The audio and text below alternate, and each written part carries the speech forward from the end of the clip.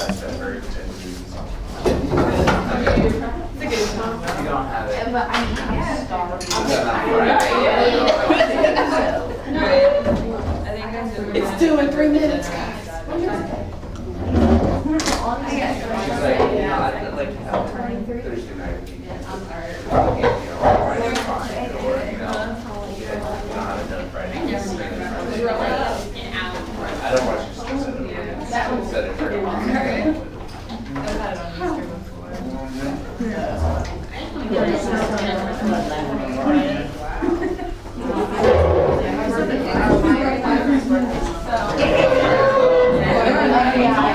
I saw that. There's 2 crazy. These are from the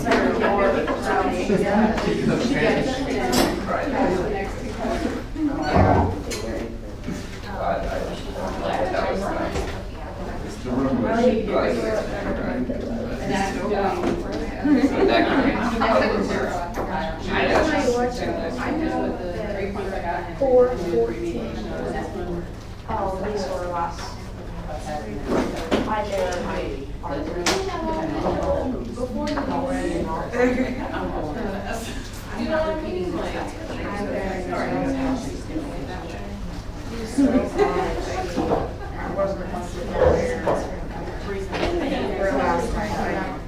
So, I told you before the window.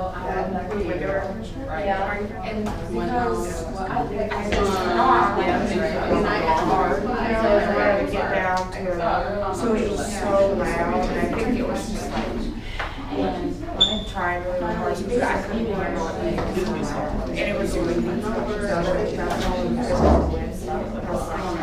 I had to turn up that part. It was more. I need to like turn it on. Yeah. And like get the room down to a lower temperature. You get whatever nice enough. It doesn't have to work so hard. This morning. And then we got a situation.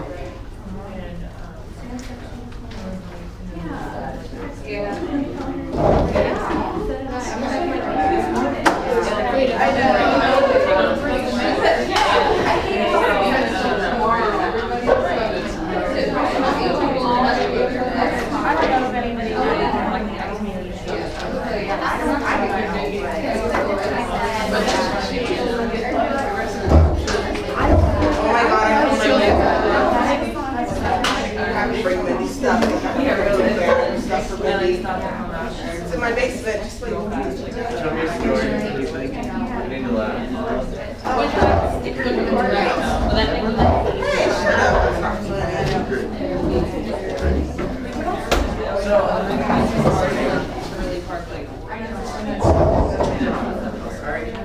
Now we're getting and then like I don't know if that's the reason why that. I've noticed, her and Brian. You don't have a driveway? No, which isn't a problem, like ever, really. Like, Yeah. I never. But it's nice, So apparently pregnancy. Yeah, your boy. It is. Enough cars for. I see left side. Yeah. What giant thing. It's for patients. I'd be team. And I'm gonna sit next to you today. Oh. Alright. A lot of my friends. You guys gonna work right up?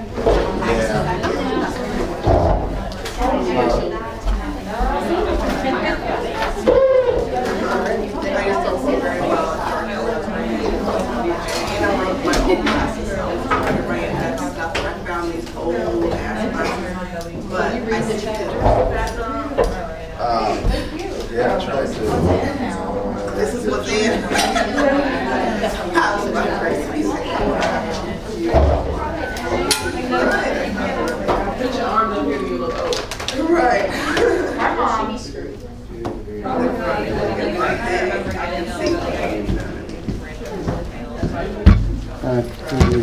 They're not my exact prescription, but better than nothing.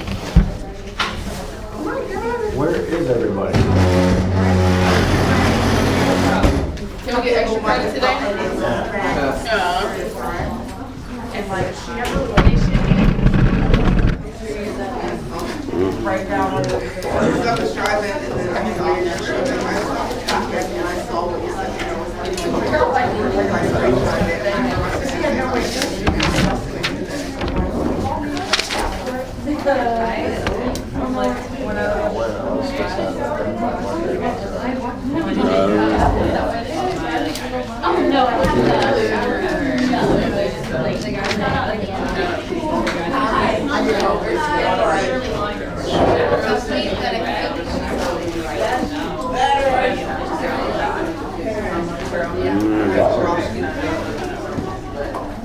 I mean, it's not really this strong. Good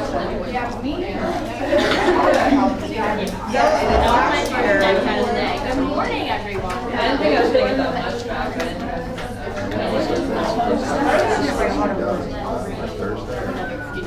No, the practice was due today. I know I want to be like that, but wasn't the practice week today? At noon. Better hurry up. You only got one chance on it. Plenty of time. You'll do fine. Oh, I wonder if I spelled my notes. Have you taken it once yet? Nothing. But as soon as I'm You got some notes for me? I'm looking at that. I'm not sure if we kept them or not. You better have Yeah. What? Oh, I know something to do that. Okay, we already have somebody who says they know something. Tell us what you know. It's rare that I know something. I paid attention this weekend. Okay, loud and They clear. said Who are they? the TV channel, I don't know which channel it was, some kind of news So channel. as soon as we start to say just they said, that raises flags of. CNN or somebody like that. One Okay, of so the you don't know. but it's kind of them. They Okay. said on the cruise ship that another Yes. case of norovirus came Yes. out. And, the number of cruise ships that have had this problem with norovirus now is like, over the past 5 years, is like, what, 20, 30? I mean, it's been amazing how many ships have come out with contaminated water supplies on board, and that's where it's coming from. So what's the gist of that? I mean, what do we learn from that? Don't go. Exactly. Don't go on cruise ships. Yes, dear. I have a question about the neurovirus. So how long does that usually take to pass through someone's system? And then after that, like how long, can you give it to someone? Well, no, it's just food poison. So like how long are you just feeling miserable? I'm asking this because there's a study that they're doing where they'll inject you with it. Yeah. 3 to 5 days is pretty typical. Depends upon your immune system to begin with, how intact that was. Excuse my voice. So it varies. I'd say average is 3 to 5 days. And with some people, they could get a mild case, and for one of two reasons. One is that the virus having passed through a series of individuals oftentimes mutates just enough so that it's weakened in the process. So you may have picked up a weakened strain, and the other has to do with the number of viruses that you picked up. So if you pick up enough for what we call the infectious dose, if you got enough of them to just cause the disease, that's one thing. If you got a real mother load of them, then you can be really, really sick and risk death due to dehydration and electrolyte imbalance. So my guess is what they're going to do in this particular study, is it local? And you'll be staying in the hospital. No, you'll be staying in the bathroom in the hospital. But yeah, is it worth a couple hundred in your opinion? Both ends. If you like to be miserable for 3 to 5 days No, I mean, I'm not doing it, I got a baby. and have uncontrolled diarrhea, that's up to you. You can lose weight. There you go. Or just vomit until nothing comes up anymore. For a medicine. Yeah. Some people make a lot of money doing those test runs for meds. Yeah, college kids. Yeah, so if you got the time to spend and you don't mind being sick, And you'll see on the affidavit that you have to file for that it says they can't be sued for unlawful death in case you do die.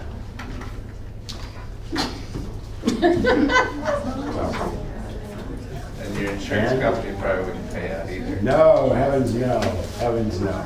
Because it's like jumping out of an airplane or skydiving. They consider that to be an excessive risk. Anyway, did you have something there too? I was looking at the CDC's website and they were talking about teen pregnancy. So apparently pregnancy is a disease. Yeah, because you get this parasite. And this parasite may hang around for 20 or 30 years. So yeah, it's a disease. Hopefully externally. Now, what's funny with the CDC site is that they include stuff in there from time to time which doesn't sound like it's got anything to do with disease, infectious disease, but they'll report those. And in cases like that where they're trying to still analyze what the age bracket is for pregnancy in young girls, unmarried or married, they include that data every once in a while. So, but that's a great question. But the fetus is really just that, though. It's a parasite. Well, pregnancy can cause a lot of diseases. Exactly. I mean, all kinds of everything from, well, you guys know about this stuff, from sugar imbalance to electrolyte imbalance to strange mental behavior. Bacterial vaginosis. All the above. Anybody else got anything? I have a question. What? Have you seen that show, the Cosmos show? Yes. What do you think about that? John, you want to talk about it? Sure. Go ahead. For those of you that don't know, it's a remake of the 1980 series with Carl Sagan off of his book by the same name. Just let's see if anybody remembers that. Anybody remember Carl Sagan and the Cosmos? Billions and billions and billions. He said that last episode. He said Yeah. billions and billions. He paused. Yeah. You know what I just said. Right? Anyway, go ahead with it. Yeah, Neil deGrasse Tyson's an astrophysicist, and he's probably the only scientist that could do Carl Sagan justice. And I actually talked about this with one of my friends recently, because he's got a problem with the series that it's a little cartoonish and things like that. And I think though really it's because of the audience. You have to understand how much of America and the world is scientifically illiterate, and you have to speak to their level of understanding. So I mean, I think it's great. I'm biased because I love Neil deGrasse Tyson, but I watched it last night. Did you see it last night by chance? Yeah. And I think your criticisms are somewhat valid, but it's like what's the average age? I should say not that, but the average educational age of a person who watches more than 6 hours of television a day. 6th grade? A little higher, 7th grade. That's wild. How do you have that much time? No, it's how come you're not educated? That's the question. But I mean, trying to catch up. It's a little 6 hours. I was just curious, what you thought about that, because I kind of thought it was cool, and It is. I think it's actually very good. Yeah. There are times when I chuckle a little bit because it does seem a little below me, and not to sound. Yeah. It's more childish. That's why I wanted to hear from you. I think one of the biggest things is that it's not PBS. Yeah. It's a primetime spot on a primetime network, and part of that is because Seth MacFarlane is actually the guy that got it started. Yeah. But he gave up some of his spots. and On his PBS, time. it was interesting that they interviewed him talking about how he ended up on Fox. And it was that they gave him free reign. They said, go ahead and go with this. So it's unusual to see a show of that quality on Fox Network, because usually you think Fox, whatever, is going to be sensationalized crap. I don't know, that's the only show I don't watch. Yeah, but I would urge you to keep watching. No, I've seen it a couple of It's times, very and I good. thought it was cool. I agree that it kind of because everything, a lot of what they say, rings a bell, so to say. You know what I mean? I know kind of what direction it's going, but it does provide a really deeper understanding for somebody who's not super educated on the topic. Because it shows it in a really And illustrative. I think if if there are a couple of 100,000 people who now all of a sudden see their world differently, Yeah. having watched that show, then it's met its goal. Yeah. Anything else you want to add to that, John? Anybody else got anything? I just thought it was kind of funny watching Cosmos last night, and they did Yeah. the pendulum thing, and the guy was like, if you push it now, it will smack your face, so don't do that. And it's like, oh, well, I guess some people don't know that. Yes, there are some people who don't know that. But it's like your hand on the stove. So what do? Best thing is to just take your kid's hand and put it on the stove. Hold it there. You're not babysitting. But you're going to be a different person after I'm gone. Anyway, there was one thing out of last issue of Mike Road. They came. There's a lot of good stuff in here, but just one thing real quick. It's called a mini topic. They kind of run these throughout the monthly journal. It says, noting the role played by clothing worn by healthcare personnel, i.e. you people, in passing pathogens from one patient to another, even though it's not well established, which means we don't know how much of that is going on, not the fact that it doesn't happen, or it does happen. A task force for the Society for Healthcare Epidemiology of America, called SHEA, recently issued a new guidance to minimize the risk.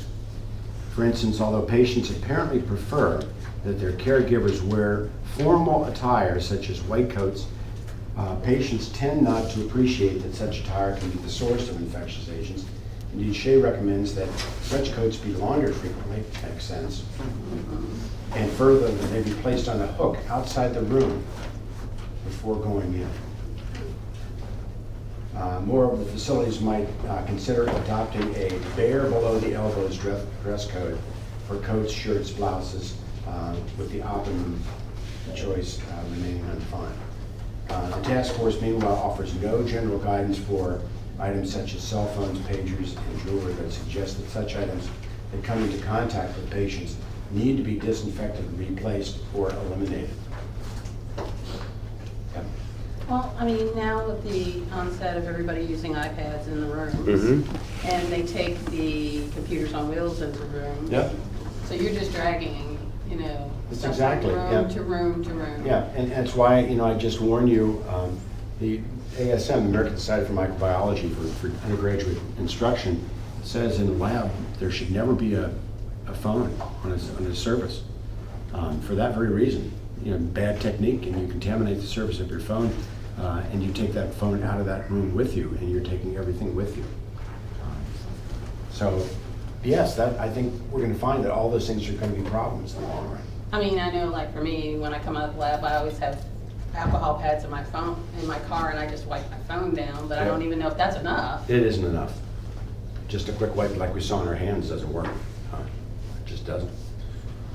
A couple of years ago, TriHealth, they were selling all these like fleece hoodies or jackets Yeah. in the gift shop, and then they came out and banned the fleece. Yeah. Like the nurses weren't allowed to wear them. No, I guess because the it's like a microbes- net. Yeah. And they hold more bacteria than a plain sheer cotton lab coat does, big time, because of the depth of the fiber.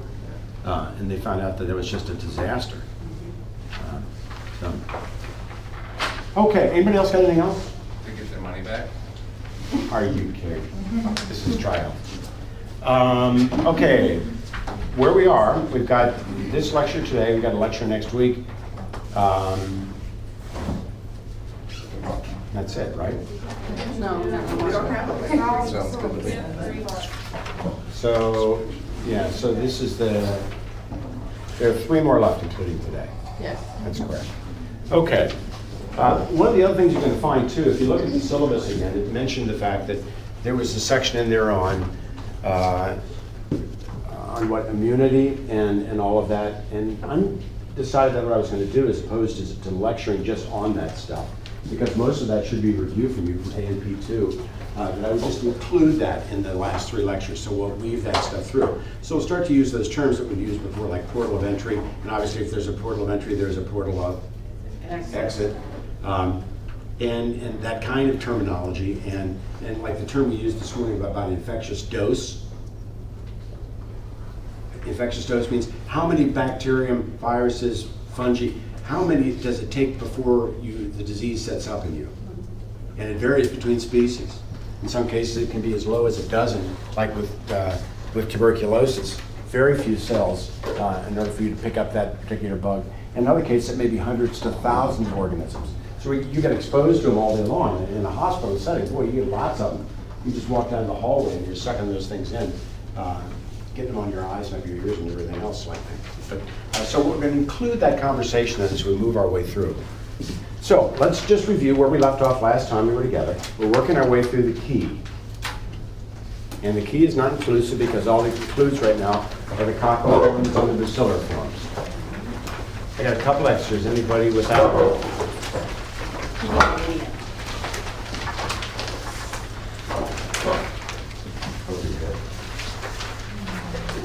Anybody else? Anybody else? Yeah, everybody okay? So, where we've gone so far is that we have moved our way down on the coccal forms. And again, remember that we're just dealing with the pathogenic forms, those of medical import.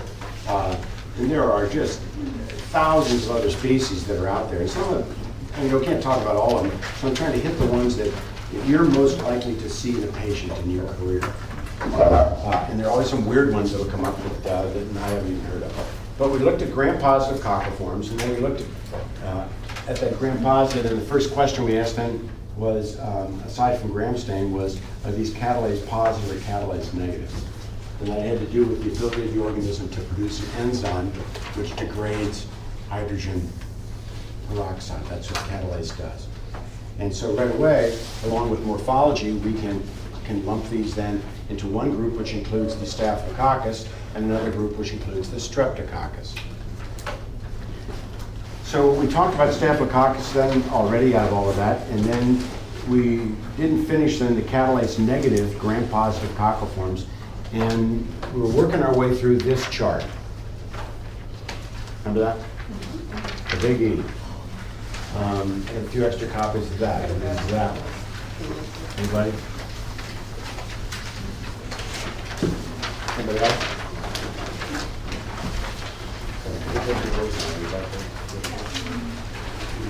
Can I have it? I'm sorry, I forgot my whole folder. I forgot my whole folder. Thank you. You're welcome. So what happens is we move our way across. We said that in this particular group, there was the Landsfield method of classification because these organisms there's so many of them, and how do we come up with some way of grouping them? And it's kind of an artificial method, but Landsfield, who died in, what, 1970? Jonah, you looked it up. Rebecca Landsfield, remember she died? Like 81. 81, okay. You actually wrote that down? I did. Boy. I don't know why. You get an A for the day. But she came up with this grouping system based on variations in the chemistry of the cell wall. And much of it was based on different carbohydrates that she found in the cell wall of Streptococcus. So she came up with groups that went by letter. So what you see at the top of that is group A and group B and group C. It goes all the way down the line, keeps going on and on and on. And what I like about this particular chart is this kind of takes the important ones, the ones that you're perhaps most familiar with. And but it's a huge group. It's huge. And then the next characteristic that typically follows through with that then is the type of hemolytic activity. And of course, that's what you did in lab. When you did the blood agar plates, we were looking for alpha, beta, or gamma kind of hemolytic or toxin activity.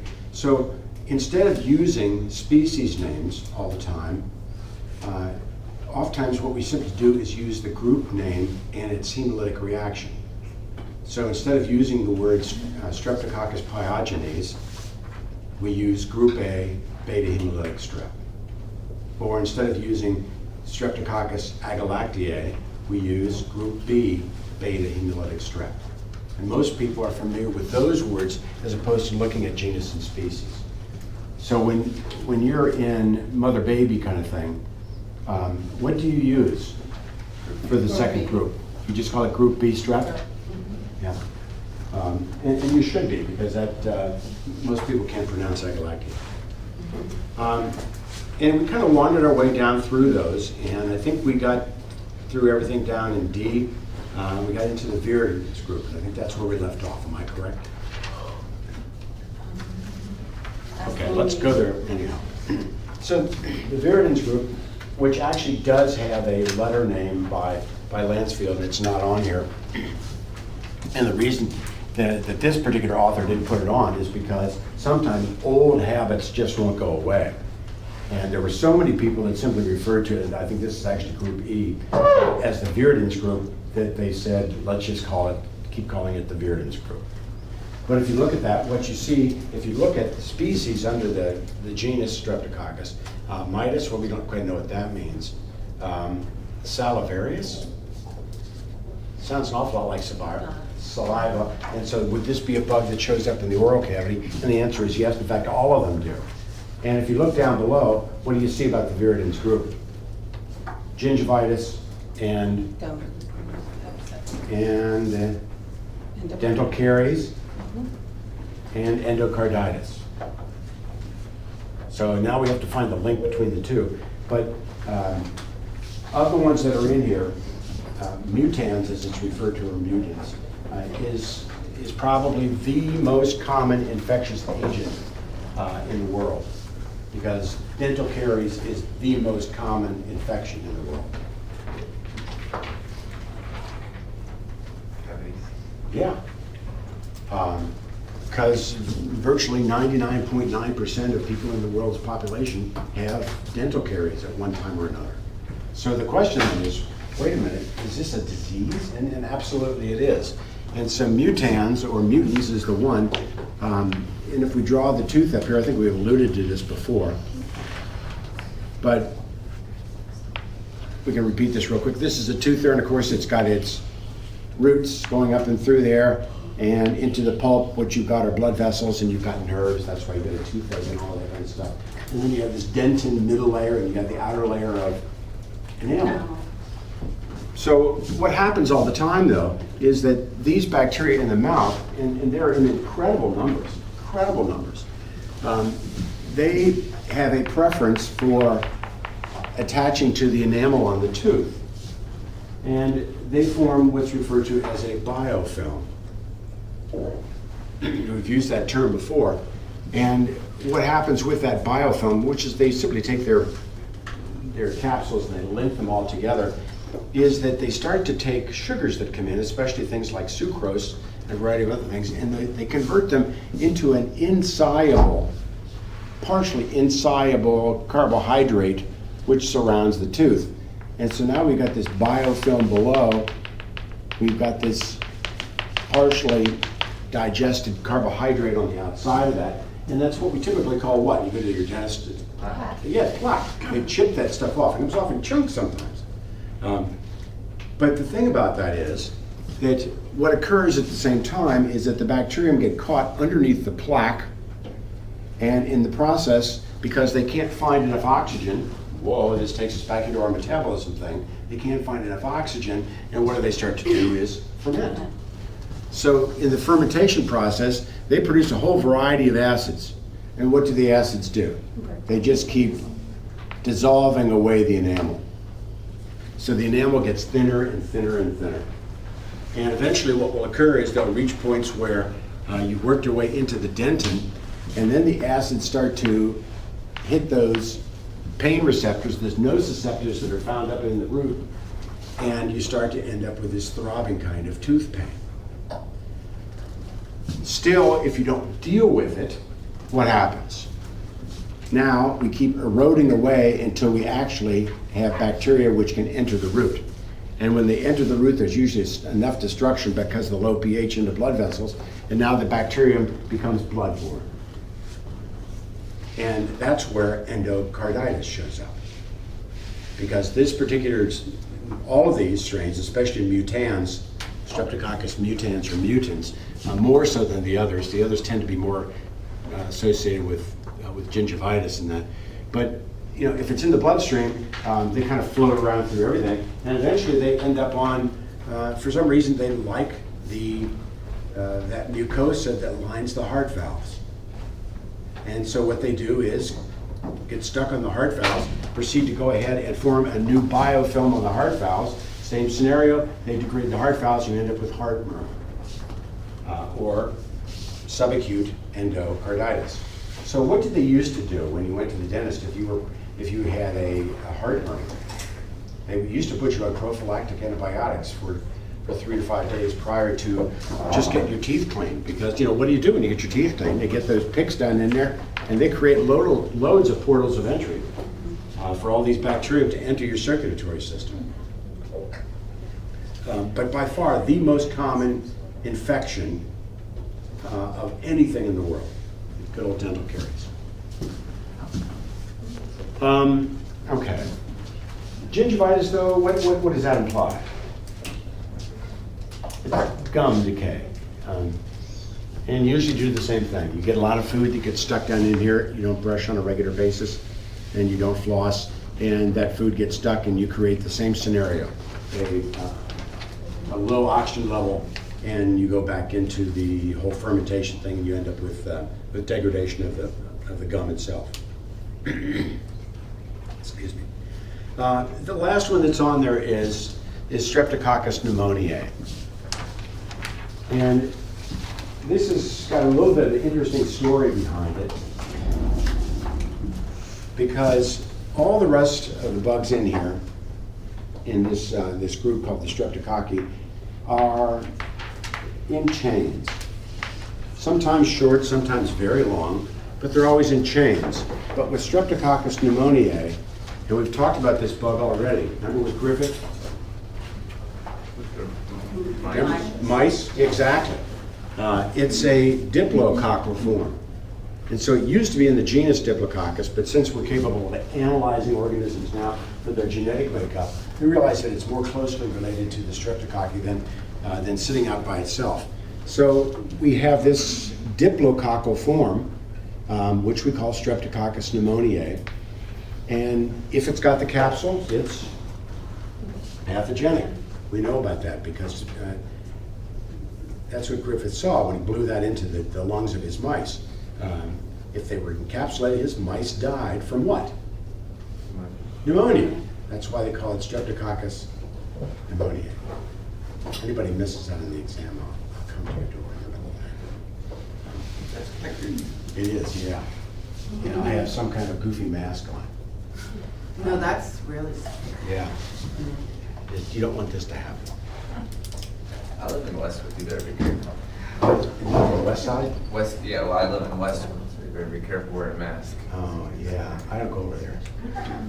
There's a wall down the middle of the city. Yeah, because you can't get there the first place, and then you can't get back home again. So I never go there.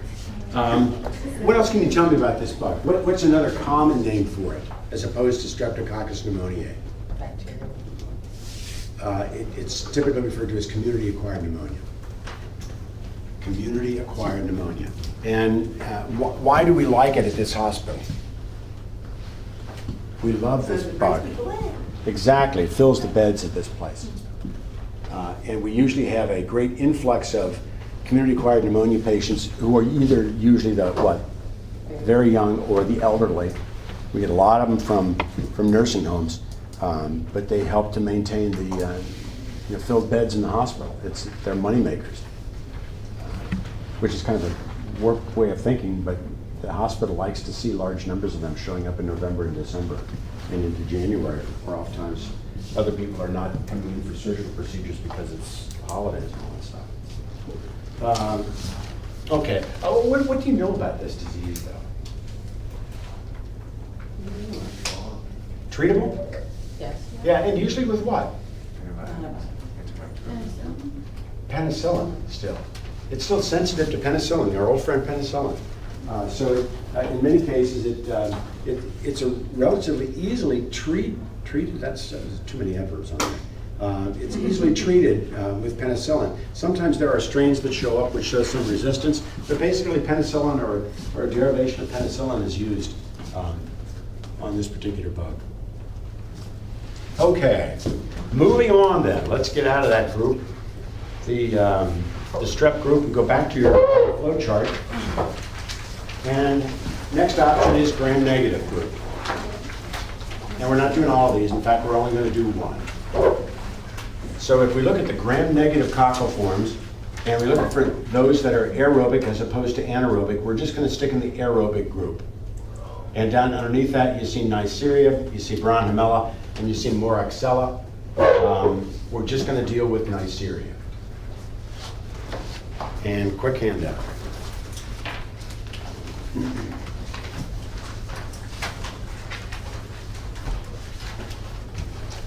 Over here. Just under here. Very. Oh, I didn't make it big one.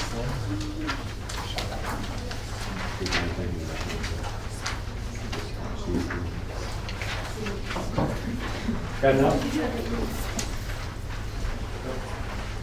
Are we going? Great. Okay. Within the genus Neisseria,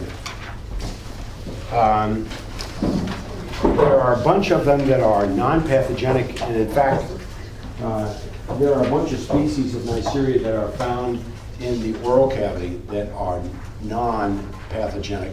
And they look very much like the diplococci that we saw with Streptococcus, except that if you look even more closely, what you see is that instead of them being, both of them being round, they have a flat side toward each other. And sometimes people say they look like coffee beans, more so than spherical forms or cockle forms. Those that lack the capsule are non-pathogenic. And everybody in this room has got those non-pathogenic species in their mouth. We've all got them. You said lack of capsule, right? If they lack a capsule. Okay. If a capsule is present, we know it's going to be one of these, two of these organisms. And you've got a front and a back on the sheet. And it's either going to be Neisseria gonorrhea, or it's going to be Neisseria meningitis. And you will run into patients with both of these from time to time. So let's take a look at Neisseria gonorrhea first. And gonorrhea is spelled in a variety of ways. And it depends upon whether you've got a European spelling or an American spelling in it at all, or anglicized spelling. But this is more of a British European spelling with the H in there. So you can see gonorrhea is really the species name of this thing. So what do we got? Well, what does it say about it, first of all? Gram-negative, we know that. Diplococci, we just drew one on the board, we know that. Fastidious growth requirements, though. What does that mean? If someone is fastidious, we use another term for people like that today. Fastidious implies that everything's got to be in order. You know, the fastidious person will come along and just straighten out your book. And for lunch, we'll have very specific things for lunch or dinner. So it's got very distinctive requirements. We would normally refer to a person like that as being what? Yes. And we don't know what all the nutrient requirements are for this, but we do know that there are blood requirements.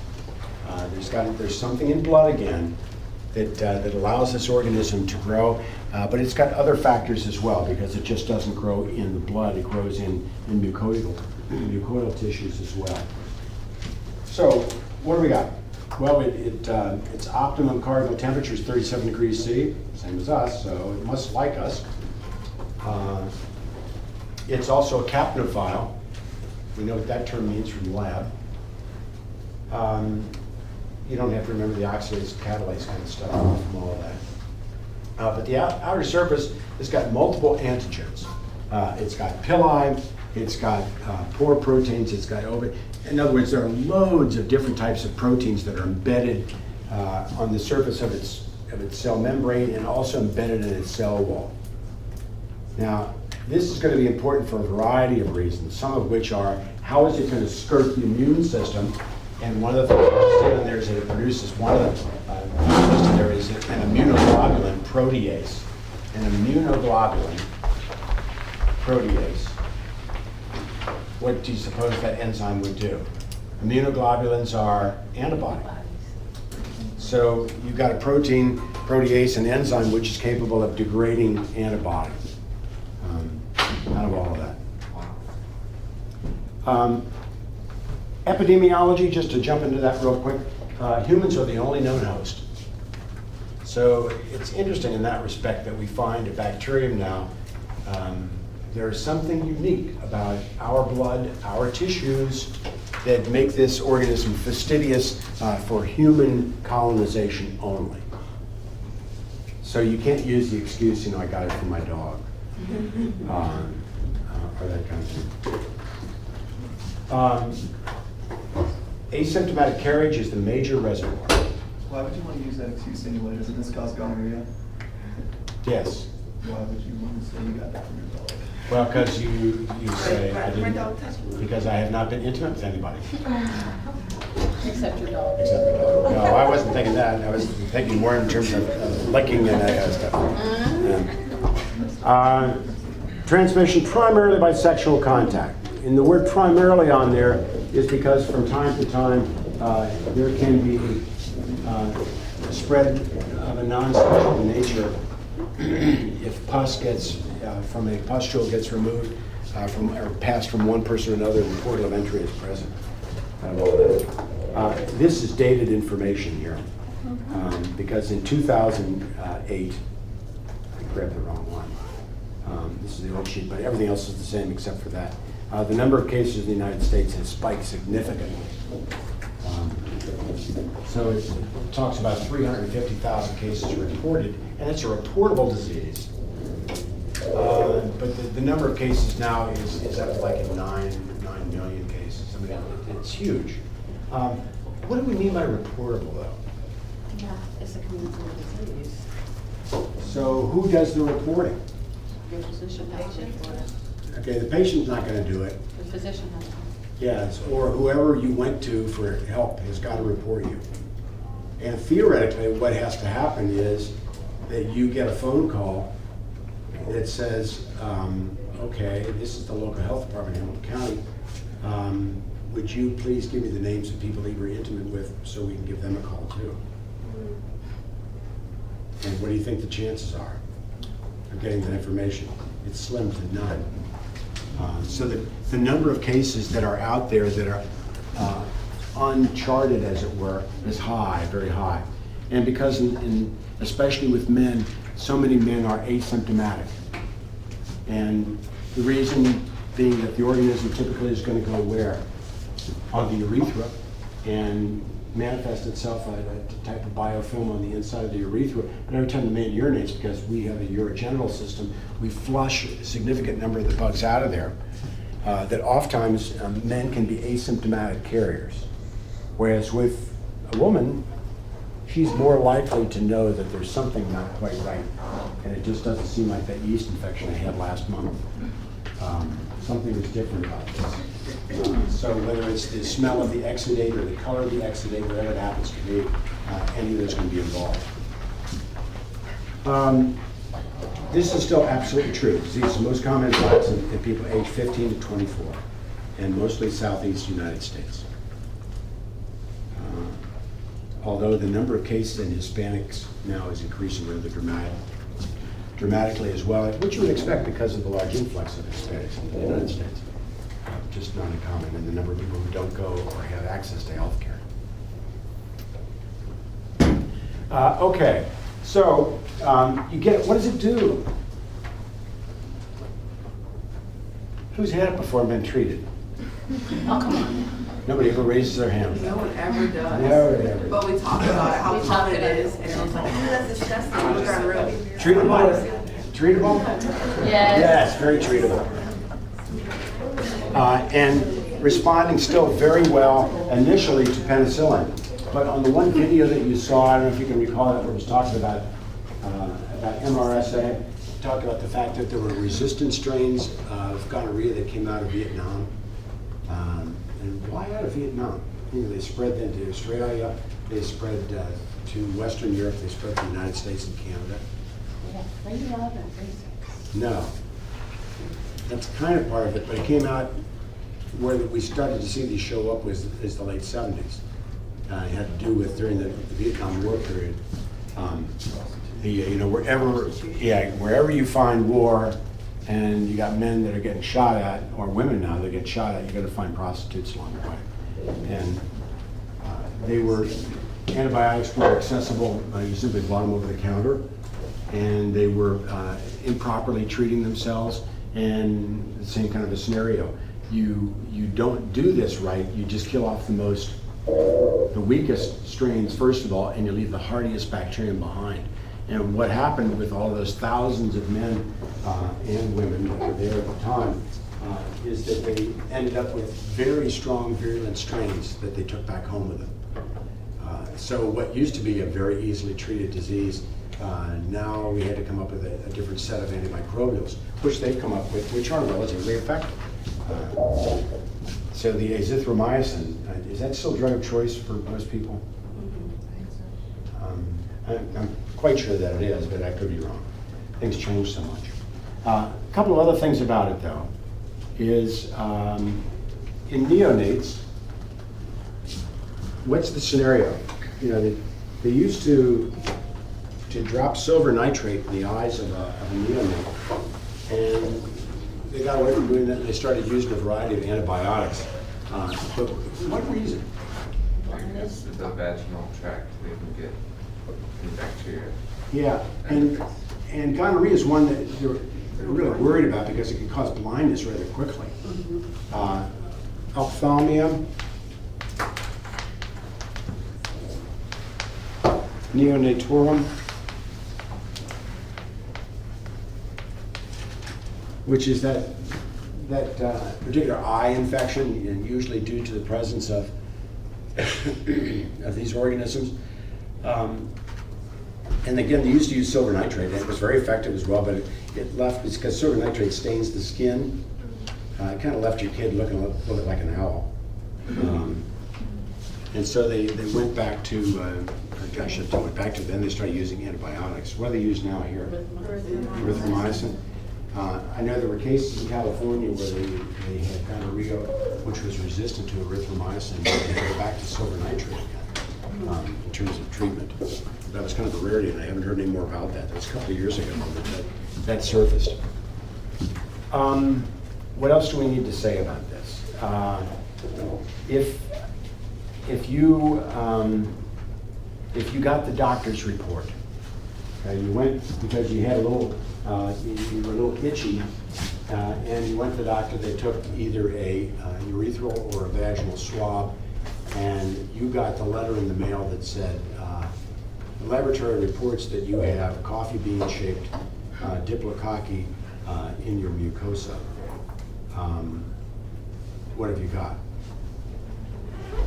Neisseria gonorrhea. Does it kill people? It's not a disease that people die from typically. Worst case scenario is what? That it moves, and the female moves out of the vagina up into the uterus and up into the Salpingic tubes and scars the Salpingic tubes and may cause infertility. In men, it rarely moves its way up the penile urethra and back into the vas deferens, and it goes down into the testes and causes damage there. It's rare. So it tends to be more of a source of irritation than anything else. And there's a stigma that goes with it. At the same time, I'll catch you in just a sec. What typically do you find with a patient who tests positive for gonorrhea? They're also positive for chlamydia. Yeah, almost always. Don't they have a problem with koalas contracting gonorrhea? Is this a joke? No, I'm dead serious. I saw a program where it was like maybe it was chlamydia.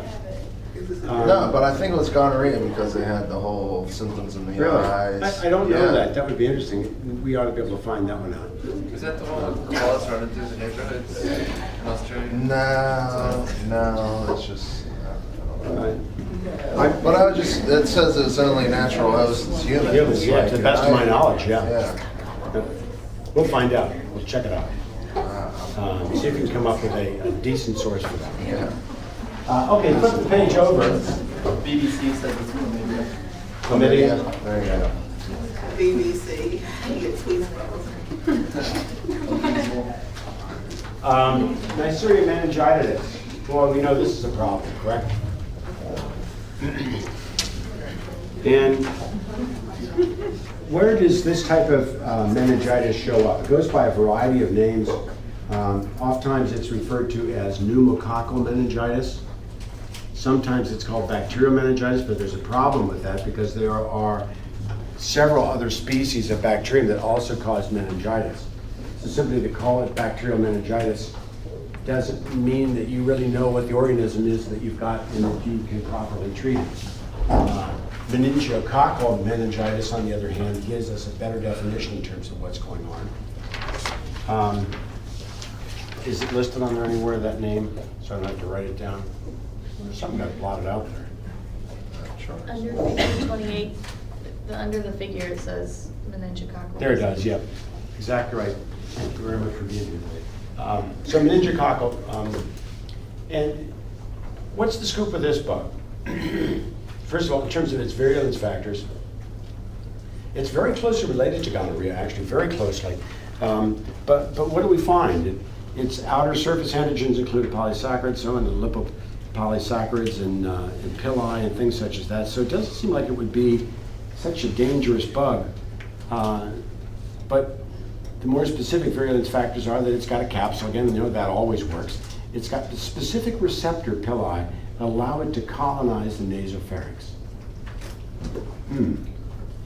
And what happens here is that as it makes its way onto the surface of the nasopharynx, in that uppermost region of the nasopharynx, remember above the superior conchi, what does that lie up against? Yeah, against the sinuses, and that bone up through there is very thin. Or what is that bone that has these holes in it through which we actually find the cranial nerve number 1, which is the cribriform plate of the ethmoid bone. And that's virtually an open, it's packed full of mucus, it's got a mucoid plug in there, but this bug lets the mucus. So first of all, you got an organism which can find the upper regions of the nasopharynx and then can make its way through either bone that disintegrates slightly, or if there's damage to that, or actually through the cribriform plate and right into the brain cavity. That's why this particular bug, if it's not treated significantly, within a significant amount of time with the correct antimicrobials, death usually results. So, I don't know if you've noticed this, but Miami University, there's almost a case every year. Somebody comes down with meningococcal meningitis. And it's usually a dorm student. And usually because the symptoms are the same for any kind of meningitis, is that the stiff neck and all that goes with that, and the headache and all that kind of stuff, is that there's a viral meningitis too, which is self-limiting. Meaning what?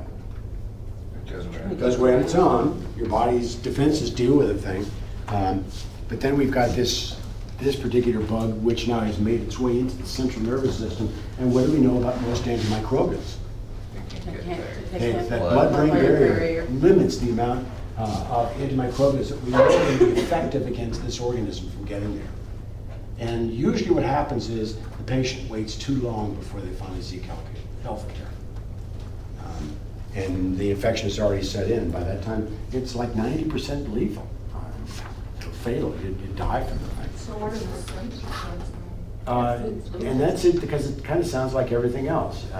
Stiff neck, fever, headache, Symptoms. and lethargy that kind of goes with that. You feel off. So then, but the symptoms may vary between individuals as well.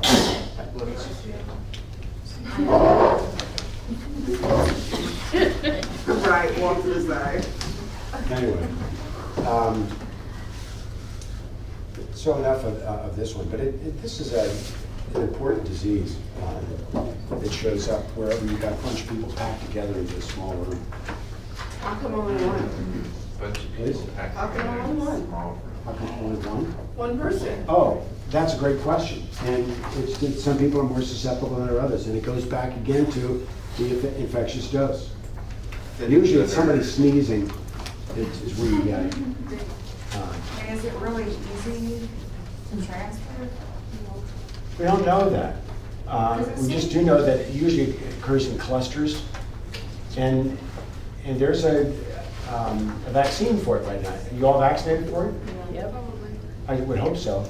Well, it just seems like whenever a case comes up, it becomes a huge, like, isolate that person, isolate all that stuff, you know? Obviously because it's a big issue, Yeah. disease, but I just was wondering how easy it is, like, from one person to get it to another. Usually what happens is after the first person is diagnosed, they go through all the normal procedures. Everybody gets checked, everybody gets vaccinated. Yeah. And usually there are not more cases. They tell everybody not to share Coke cans, all that kind of stuff, the typical stuff. Right.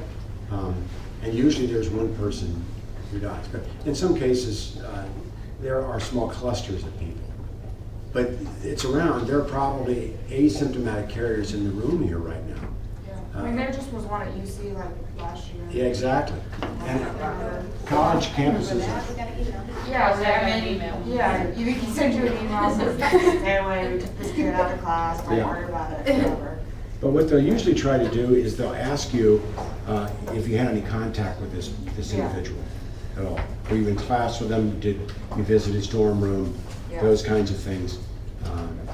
And they try to see if you need to be vaccinated, if you're showing any of the symptoms and stuff like that. But then for sure they're going to give you the vaccine if you don't already have it. Okay. Are you all right? No. Let's break down. Everybody can get a chance.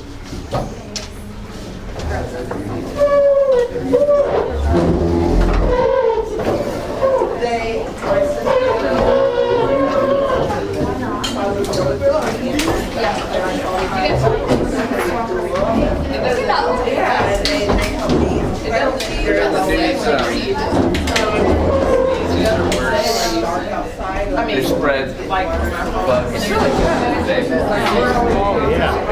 That was a big thing because when Joe Biden, our vice president, makes a comment after he was elected that he didn't get on an airplane when people were sneezing because they, it takes one sneeze and you spread it otherwise. And he got jumped on real quick saying that, average sneeze goes about 12 to 15 inches in front of you, and that's all. Well, now I realize it goes more like 3 to 6 feet Yeah. if you get a real good sneezer. That's unbelievable. They really help me, they help me. My sisters think they're ridiculous, why did you take this? But they help me do better until I can go to the eye doctor. And then my aunt had it like a really like small, Yeah. Absolutely. Yeah, they're right there on your cheeks.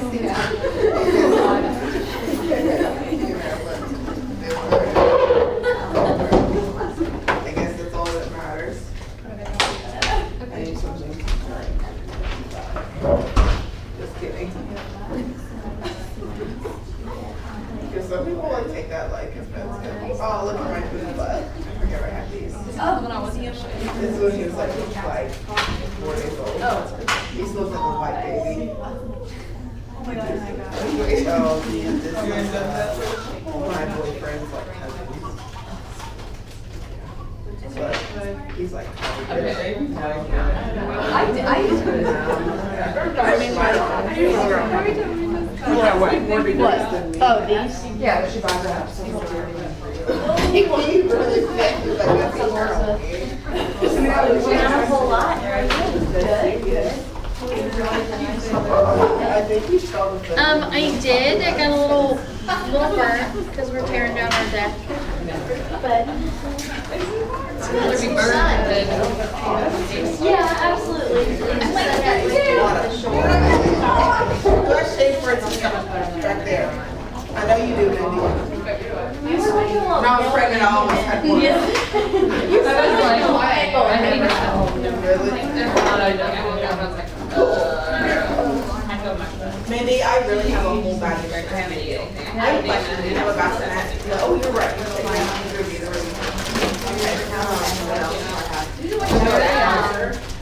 have a swing. Yeah. Okay, I have a dollar sweet spring. Shit. I French got toast, that. sausage, and eggs with cheese. That's like the same as in single location. Did you get breakfast? That little. If that happens, I will, you'll see like, the fall down the steps. I feel like Will you need that? It was funny, I brought my Yeah. cold. Okay. Because you're getting know, what it is, it's Bill's grandma. somewhere No, I hear that she's been up north since Thursday. They usually come over on Sundays, but. Because I bought it separately. I think I saw her Friday. Maybe she left Friday. with There. Maybe.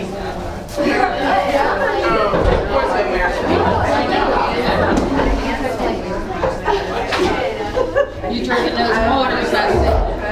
It's a, kind of like a, I don't know what it is, kind of like a, Sobeys type drink thing, but it was a cocktail.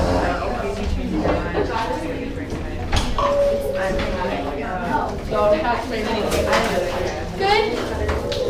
Running around.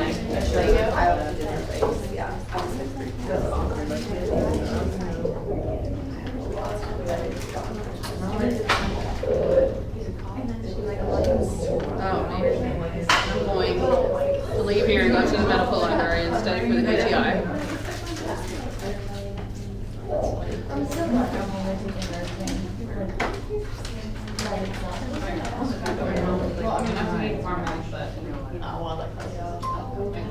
Yeah.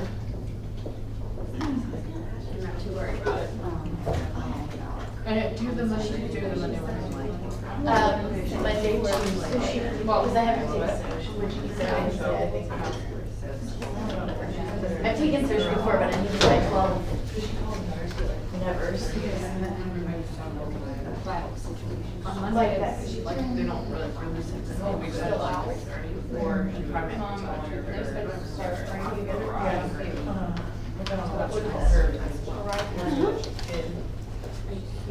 Yeah, Monday, Tuesday.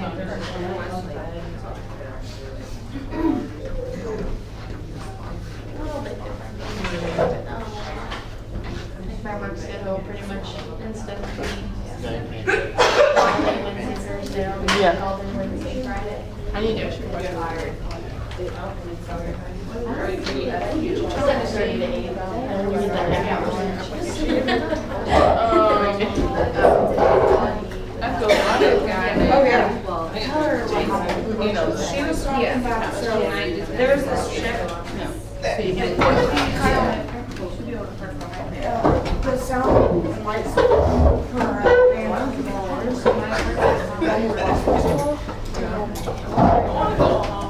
She's her husband.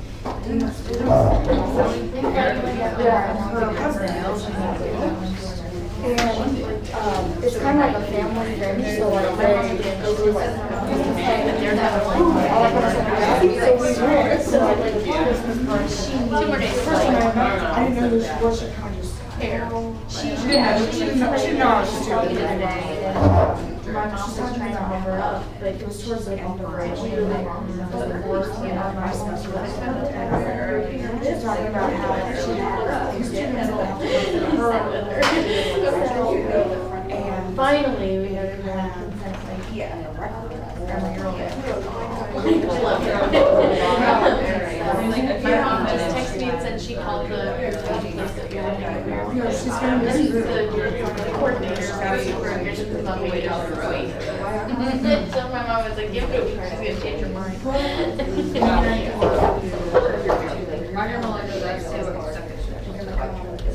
I was only about 3 months left, but she lives before that.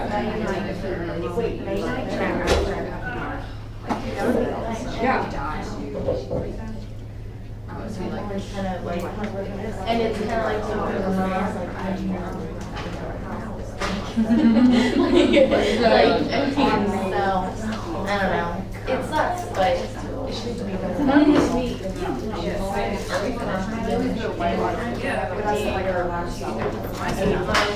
That's like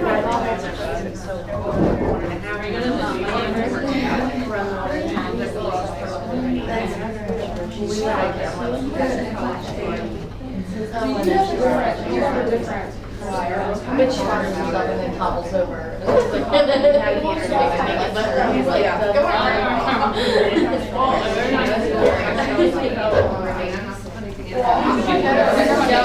that's what I want. And I want this.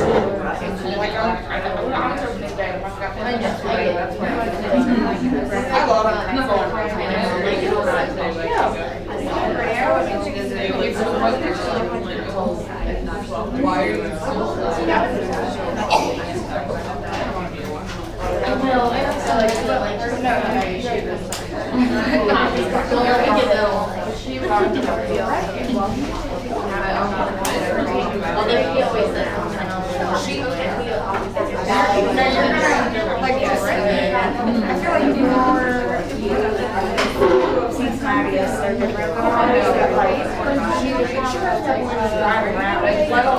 like last Monday we went to Skyline and I didn't want to relax so ever go for and then we ended up like You're making it fast and goes down to your sister. Yeah, I always give Billy and stuff. Yeah. That's my mom. My mom buys my son like an ungodly amount of like really expensive clothes that even are like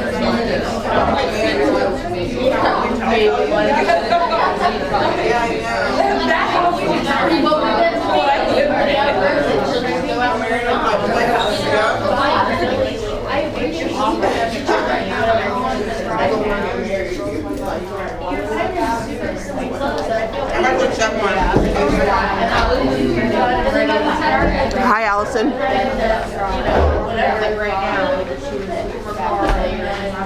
Did he ever wear that? He wore it once for Christmas. Like, I mean, obviously, when he was a lot younger than Connor, but Connor's so small.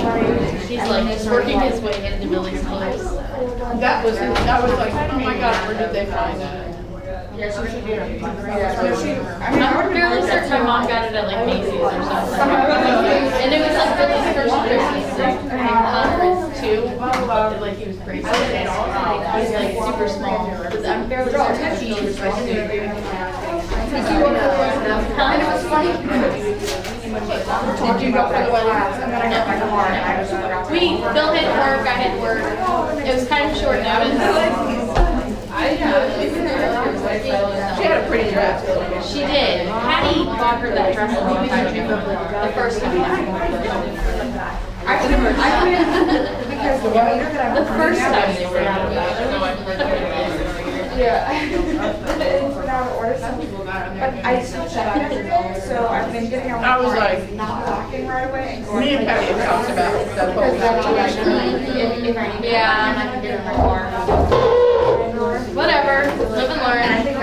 Because I was like, she needs to run in the opposite direction. She didn't get any support from up here. Nobody told her congratulations. Nobody said anything like that. And I mean, I'm sorry, but I just can't, like, he's you're too stupid to get out of that situation. Whatever, it's your life. But So now she's tied to him forever. she was tied to him forever. Anyway, she's not her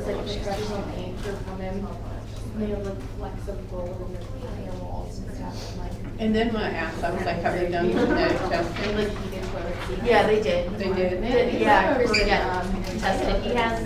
Connor has some sort of chromosomal thing wrong with him that is actually from Christy. So. And then she said something that really blew me away. She was like, and Christy wants to have more babies. Yes. Christy said something to her brother about that, and Bill ripped her a new one and told her she was the dumbest person in the whole world. And she has not brought it up since. I was like, you're not for real.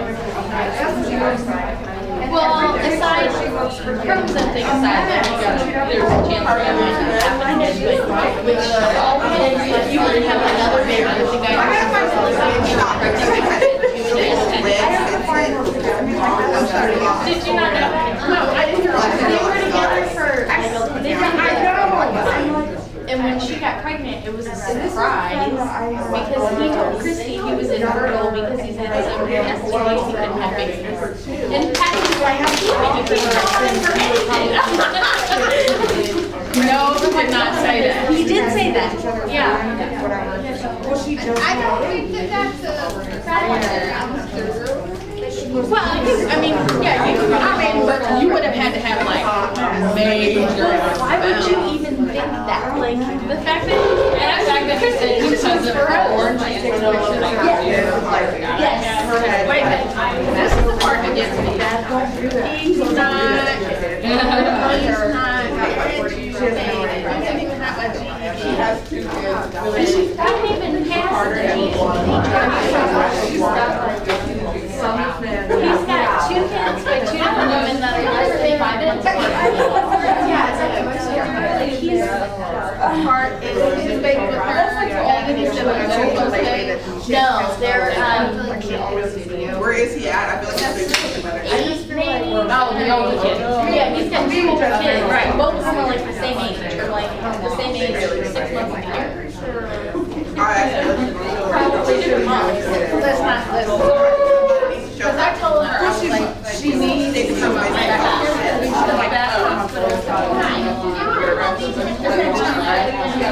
When she first got young, she found out Wednesday.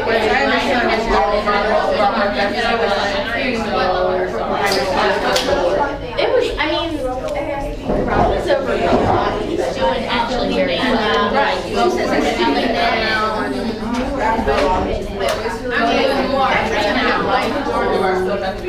And she can't handle it.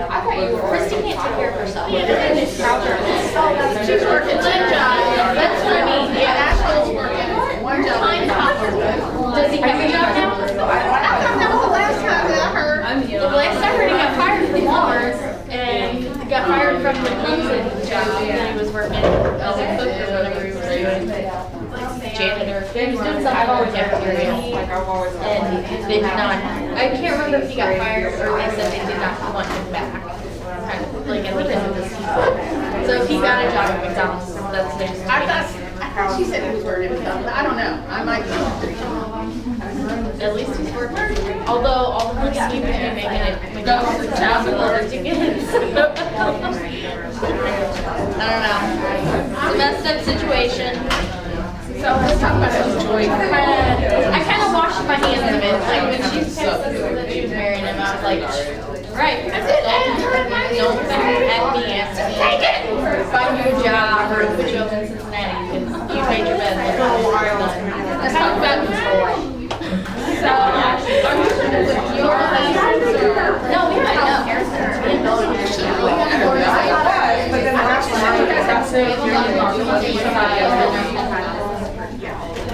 so you guys have a house in Harrison? I couldn't live with my parents again, and I love Patty and Nova. I couldn't live with both parents either. Well, there's no Christmas. Because there's packages for Bill, and Billy, and it's like, what Billy did you meet? My Billy or Billy Billy? For Christmas and stuff. So Patty buys for her. No, Bill, Bill's dad, will buy presents. Patty will buy presents. Me buy presents. So there's presents for my Billy. Patty puts Billy on my husband. Presents for us. It's like, yeah, still all the presents. I'm just thinking that. So she has Billy and there's only 2, right? Yeah, just Billy and Christy. The whole village is older enough. Yeah. So you don't work you go to your parents' house? Oh, we do. Usually Christmas Eve, and then we have Christmas breakfast and parties. I like Patty. She's just kind of like,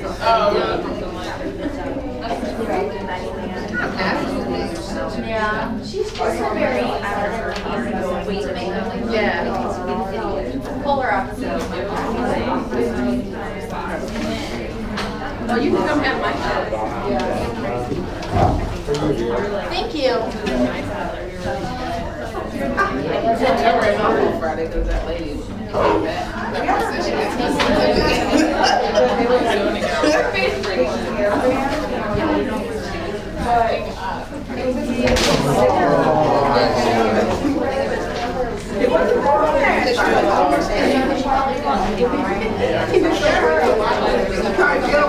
I'm glad. There's something to study.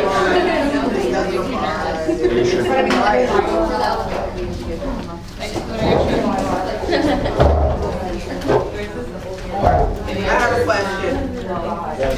Is, on this movie we're about to watch, are there gonna be questions on the testimony?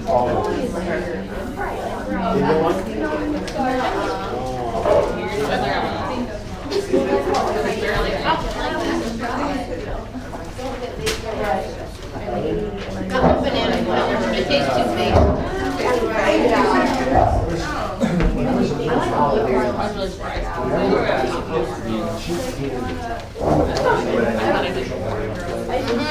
Too much.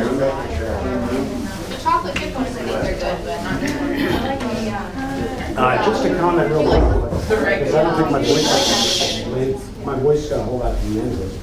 So what I was going to show you a video now, which I was going to show normally next week.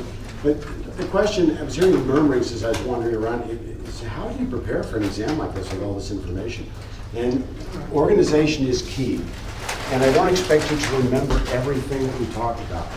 But if you follow this key, this is the important one. And you can keep yourself organized.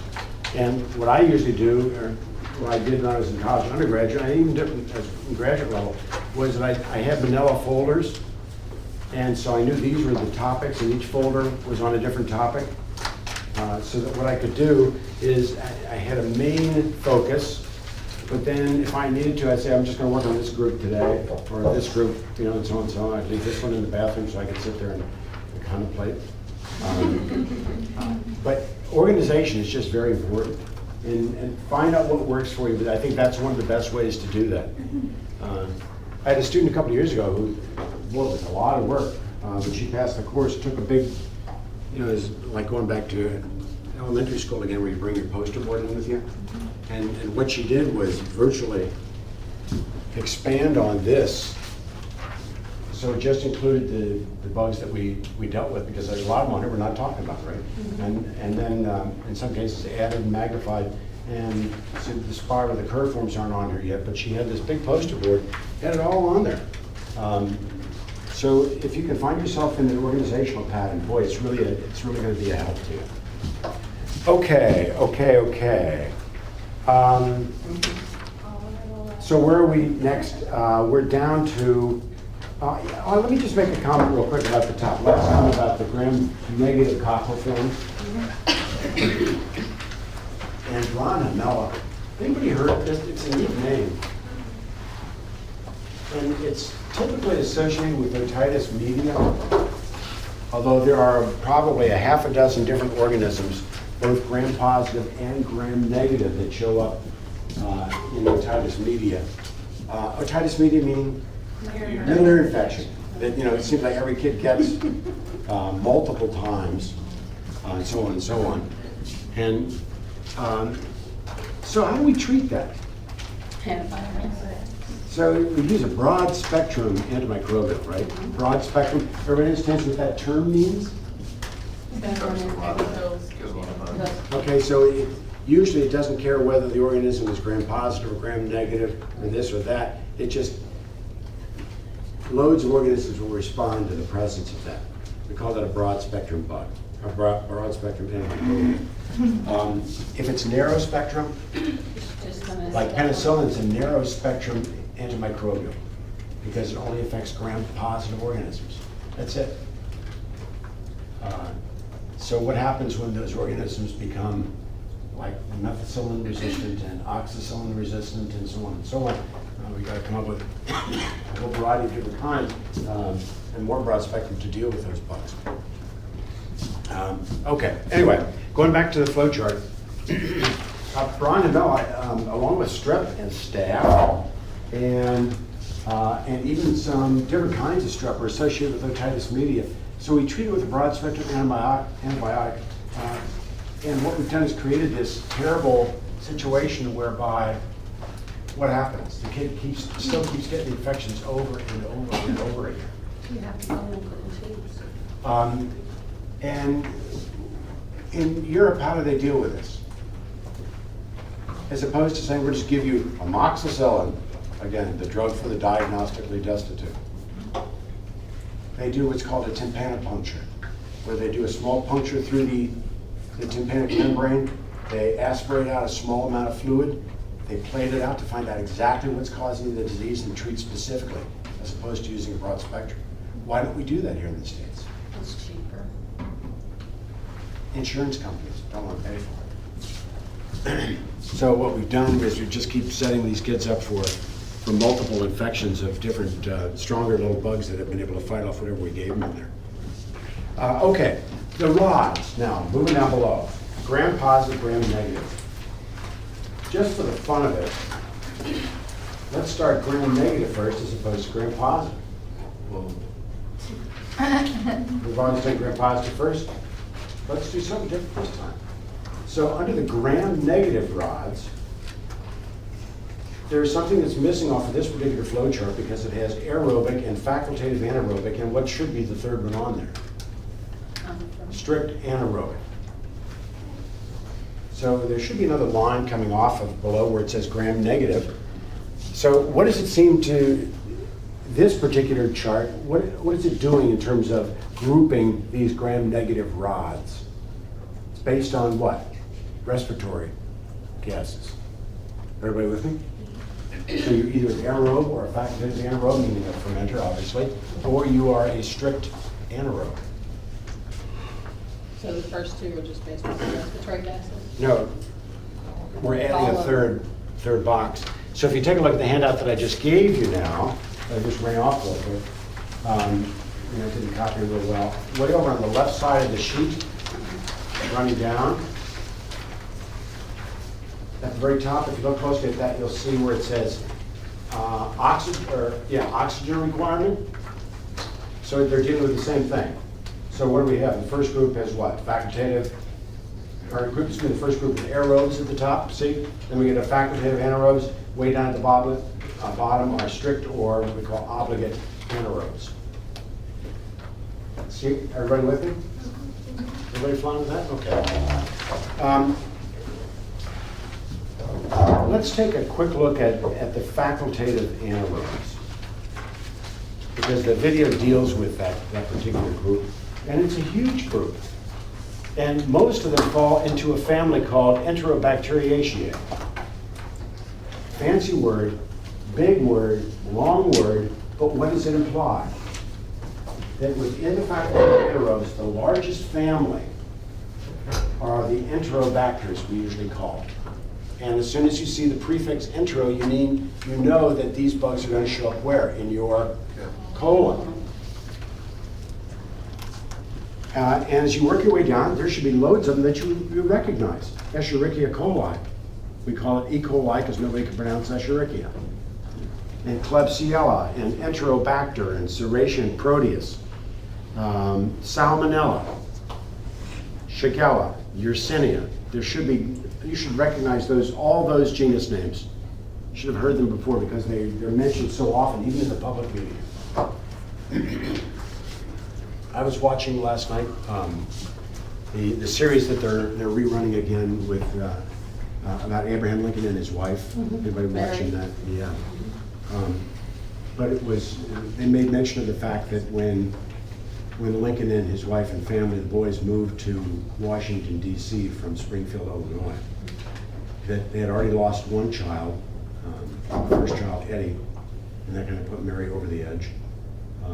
Realized how fragile she was mentally. But when they lost Willie in Washington, D.C., that really put her over the edge. But what he died of was typhoid, which used to be perhaps the most common source of people dying. And typhoid fever, which is caused by Salmonella typhi. Didn't mean that you always died, but lots of people did. Loads of people did. And again, it was usually the young and the elderly, but it didn't have to be in this particular case. Lots of people died. You go down to Spring Grove Cemetery and look in the child section down there. You first come in, you go underneath the old railroad tracks and off to the right. They either died of diphtheria or typhoid. Amazing number. Mount Healthy? Anybody live there? What's it say on the sign when you enter Mount Healthy? Cholera epidemic. Yeah. So there was a cholera, and that's something else, another bug that kind of went around and killed off loads of people as well. So all of that. So what we're going to focus on now, the video which deals with Salmonella typhi. What I want you to look for as you listen to this video is the epidemiology of it all. And it deals with this poor woman who picked up the label Typhoid Mary. But it's more than anything else, it's just how did we find out how this disease was spread? Yak, yak, yak. So if you have one of these, like, salmonella, Yeah. so how do you go about dying? Is it because you have a fluid electrolyte imbalance? Usually it's dehydration and fluid electrolyte imbalance. Okay. Almost always. That's what kills me. Yeah. Well, there can be secondary things. Glomerular nephritis is not uncommon as well. Kidney failure. It does. Come on.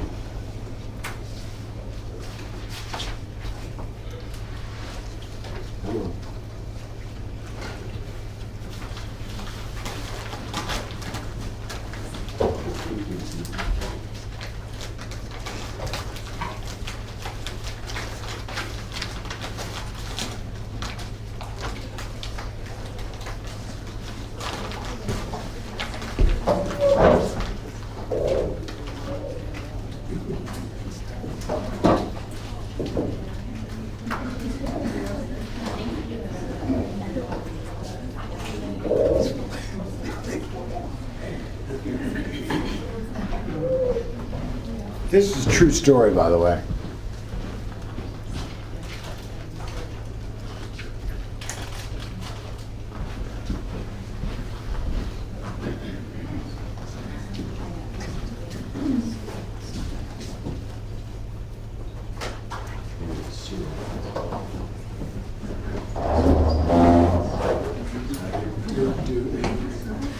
You leaving me all right?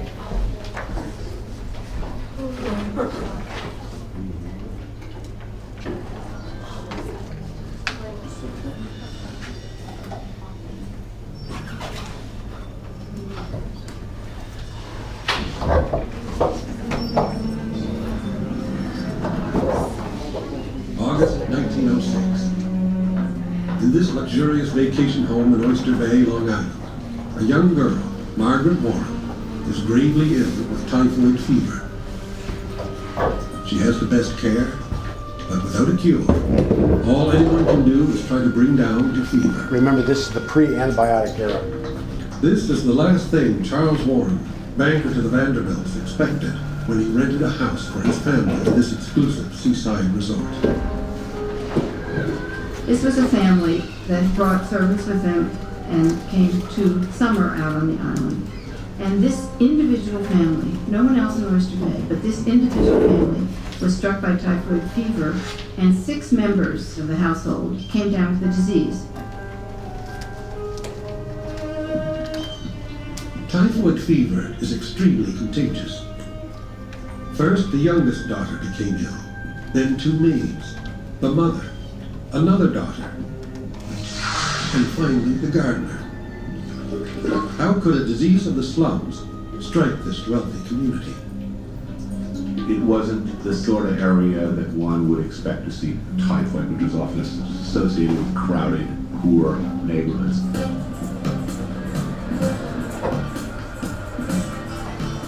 At the turn of the 20th century, the most crowded neighborhood in the world is New York City's Lower East Side.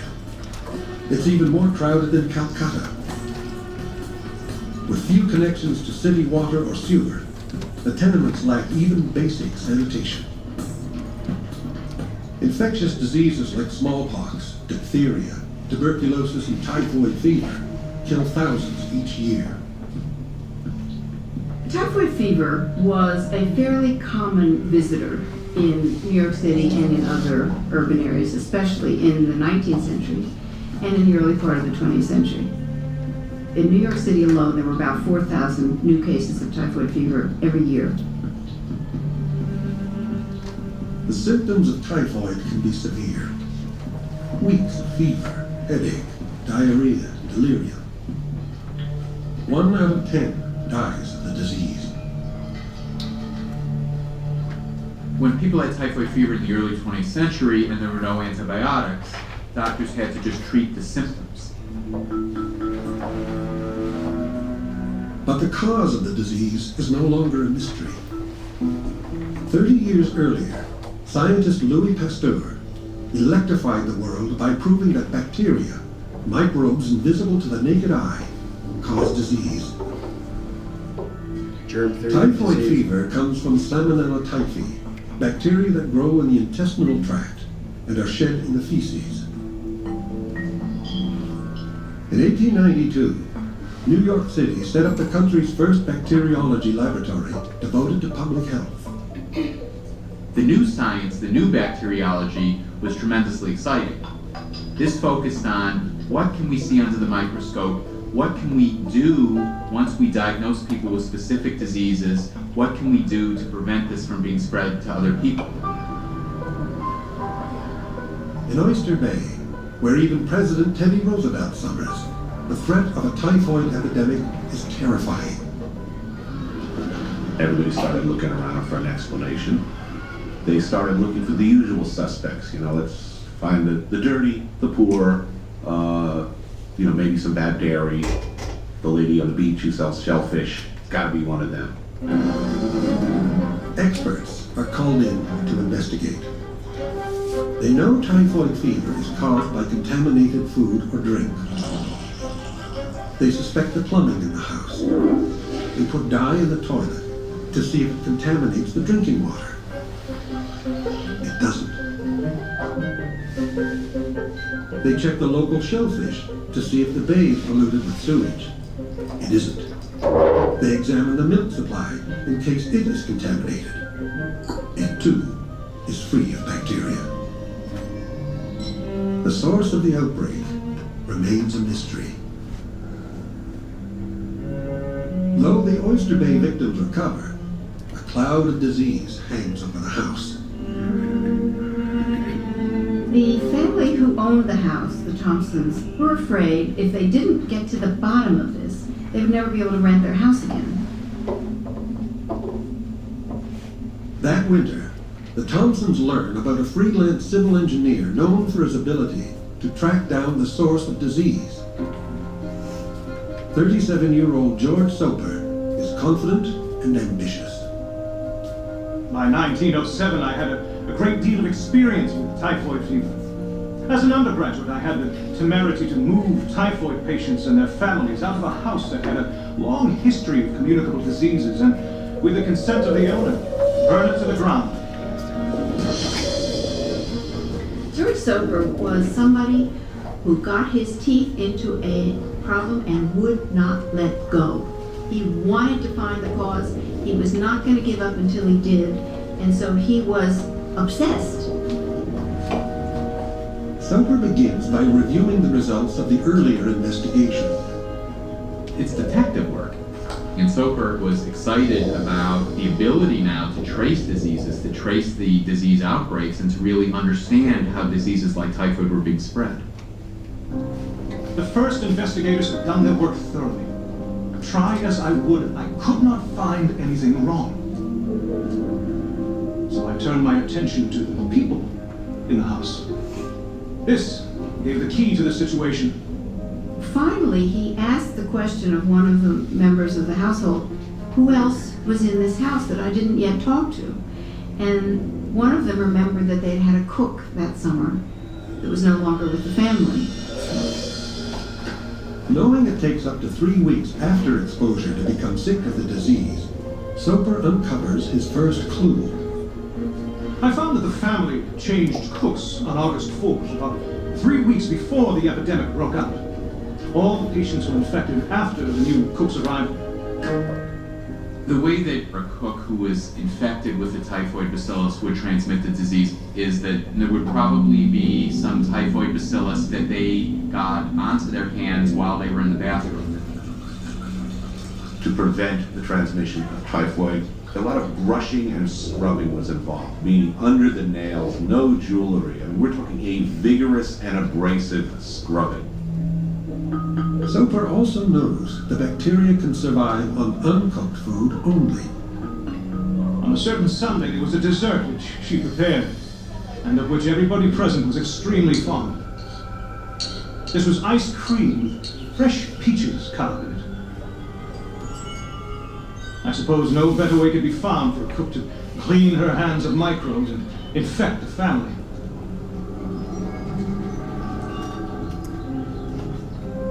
The cook is a 37-year-old Irish immigrant who works for wealthy families in New York.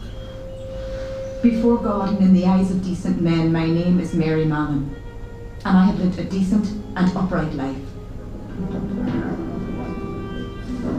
Soper sets out to find the cook. The employment agency that placed her with the Warrens does not know where she is, but directs him to some of her previous employers. What he discovers astounds him. In 10 years, she was known to have worked for 8 families, and in 6 of these, typhoid had occurred. How is this possible? Has Mary been spreading typhoid bacteria for years without ever appearing to be sick? Don't do it, kid. Soper remembers reading a paper written 4 years earlier by German scientist Robert Koch. Koch had found a baker who was not ill, but who spread typhoid germs, a so-called healthy carrier of disease. Or an Could this be the asymptomatic case carrier. with Mary Mallon? Soper had read that literature and thought he was on the cutting edge of, medical science and history. If Soper is right, the cook would be the first American identified as a healthy carrier of typhoid fever. It would be a major discovery and make his career. I think Soper is very excited by this possibility. He sees it as a scientific puzzle that he is the detective for, and he's going to sleuth out and win the prize. To prove his case, Soper needs specimens from the cook. In March 1907, he learns Mary is working for a family on Park Avenue. Typhoid, too, is already in residence. A chambermaid has just been taken to the hospital, and the family's only child is in critical condition. Mary helps nurse the girl.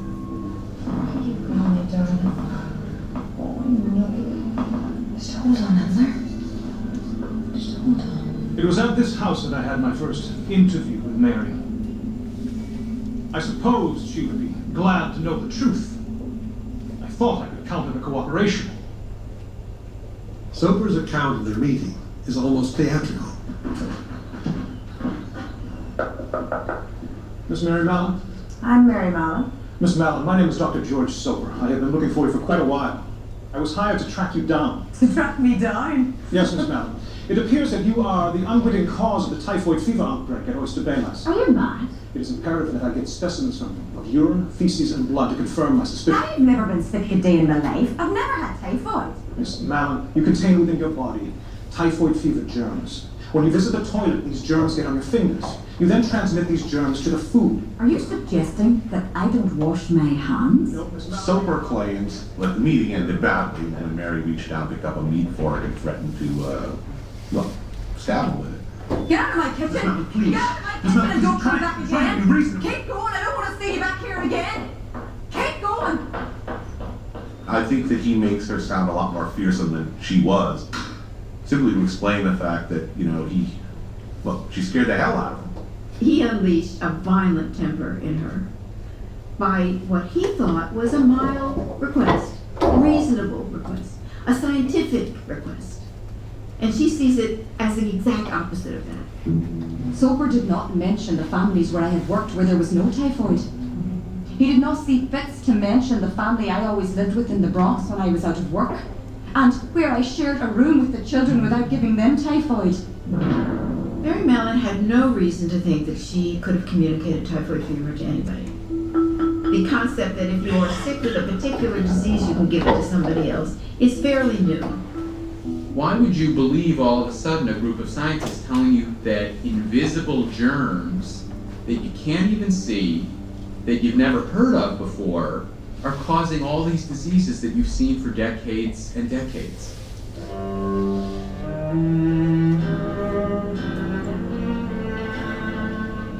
Like most people of her time, Mary Mallon does not understand the cause of disease. In the 19th century, you had this idea about disease that somehow it came from filth. And filth was somehow a moral statement about your community. So the filthier your community, the more subject you were to having what were called miasmas arise.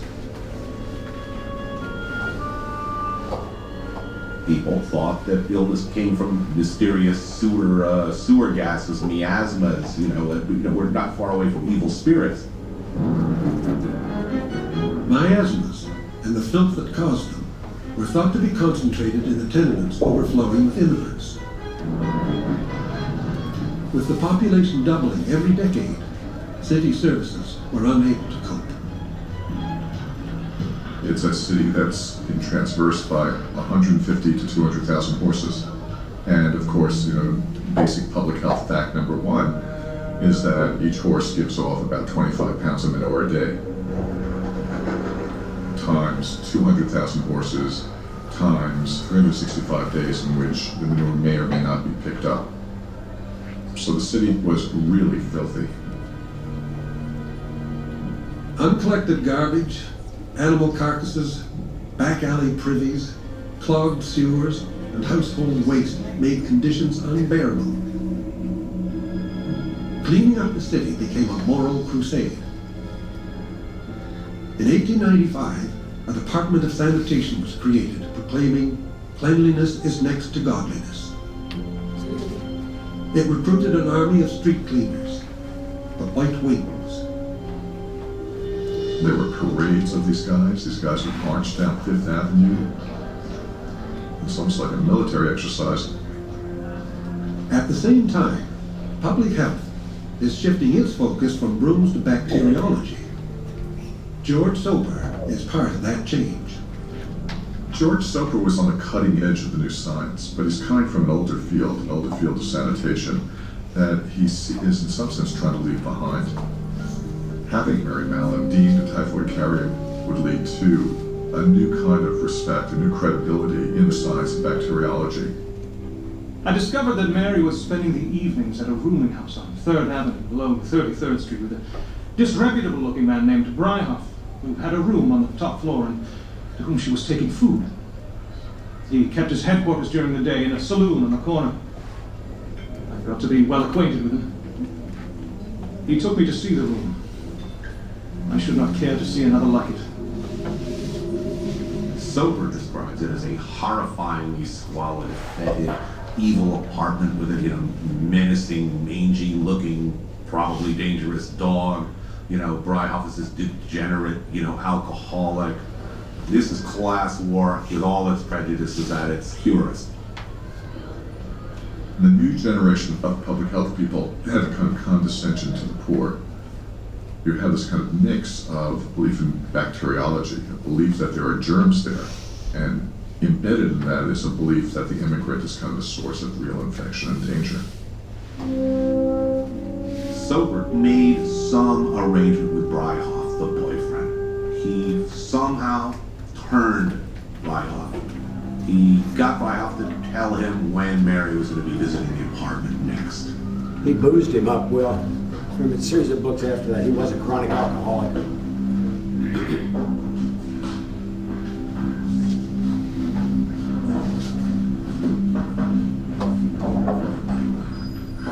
evening, Miss Mallon. What are you doing here? Miss Mallon, this is my assistant, Dr. Hooper.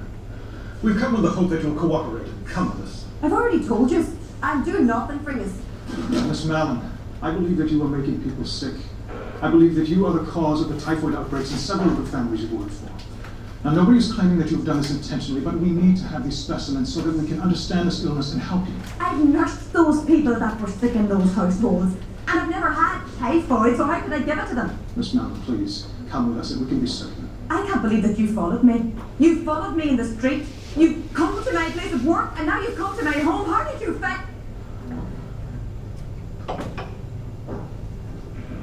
His interpersonal skills were not as good as his epidemiological skills. He tracked her down. Maybe he should have left the interview portion of the case to someone else. Go, both of you, get out now. Go, get out. She threw him out again, swearing apparently the whole way, and also protesting her innocence. Still thinking, why is this man harassing me? I have never had typhoid fever in my life and have always been healthy. The contention that I am a perpetual menace in the spread of typhoid germs is not true. These Irish immigrant women were tough. I mean, they had lived a life of such deprivation in Ireland. They came into a society that vilified them, that associated them with every negative stereotype.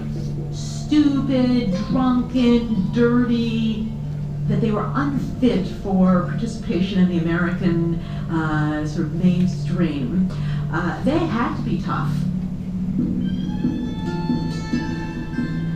Mary Mallon was born in 1869 in County Tyrone, one of the poorest regions of Ireland. Life in County Tyrone, in the years Mary was growing up, was really harsh.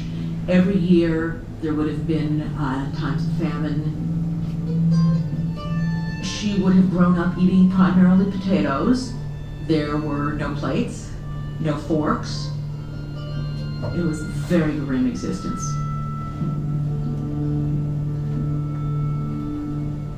She came to this country in 1883, alone, as a teenager. She moved in with her aunt and uncle in New York City.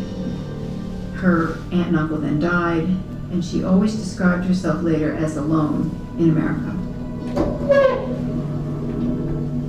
She probably put in her time on laundry, seamstress work, cleaning, hauling coal, all the usual lower echelon tasks. So it was quite a climb. She at some point had to learn how to cook well, how to run a kitchen well, and apparently was good at what she did. She was hired again and again by very good families. Cook was the highest rung of the pecking order among servants, and she was often not just cook, but she was really the kind of manager of the entire enterprise, and would have been the most trusted member of the staff. Mary's employers are unaware that their cook may have brought typhoid fever into their home. I felt a good deal of responsibility for the case. Under suitable conditions, Mary might start a great epidemic. But Soper alone does not have the authority to force Mary to cooperate.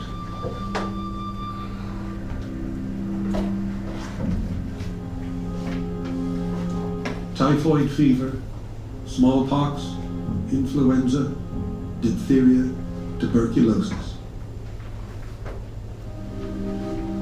The man leading the charge against these scourges is Herman Biggs, New York City's health commissioner. Biggs is committed to wiping out disease using science and the tools of public health. In this crusade, workers have the right to march into tenements to vaccinate people, confine the infected to their houses, and use force to quarantine those who will not comply on islands in New York Harbor. This is the power needed to confront Mary Mallon. I laid the facts concerning Mary's history before Dr. Herman Biggs, with the suggestion that the woman be taken into custody and her specimens examined. Dr. Soper asked to have an inspector sent to get specimens from Mary. I was the inspector assigned the seemingly simple task. Trained as a physician, Dr. S. Josephine Baker is one of the Department of Health's roving inspectors. You know, all the things that people did in the story of Mary Mallon, picking the woman seemed like a really smart, sensible, human move. Baker came from a fairly well-off family. She was very committed to the poor and to improving the health of the poor. However, she had nothing kind to say about the people that she worked among, and yet there she was, committing her life to them. The heat, the smells, the squalor made Hell's Kitchen something not to be believed. Its residents were largely Irish, incredibly shiftless, wholly lacking in any ambition, and dirty to an unbelievable degree. I climbed stair after stair, knocked on door after door, met drunk after drunk, filthy mother after filthy mother, and dying baby after dying baby.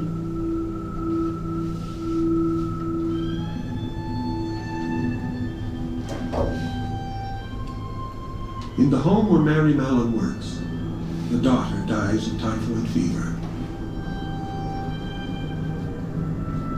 Mary must be taken in for testing.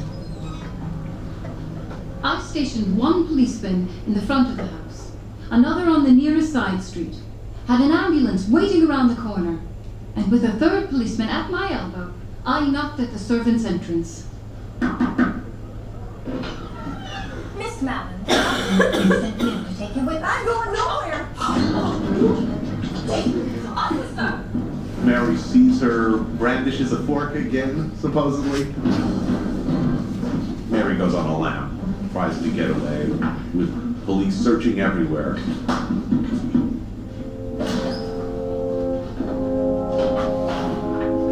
Has Mary Mallon come through here?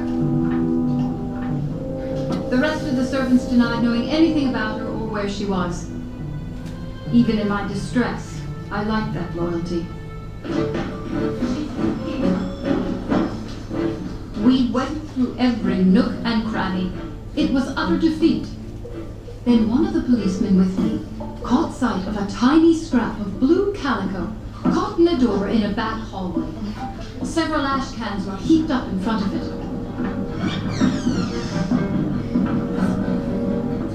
Mary, I am under instructions to bring you in to take samples from you. Now, Mary, you have typhoid germs in your arm. We will not hurt you.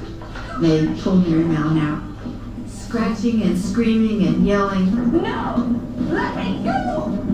It takes 5 police officers to get her into the ambulance. And Josephine Baker sits on her in the ambulance the whole way to Willard Parker Hospital where they're going to take her. It was like being in a cage with an angry lion.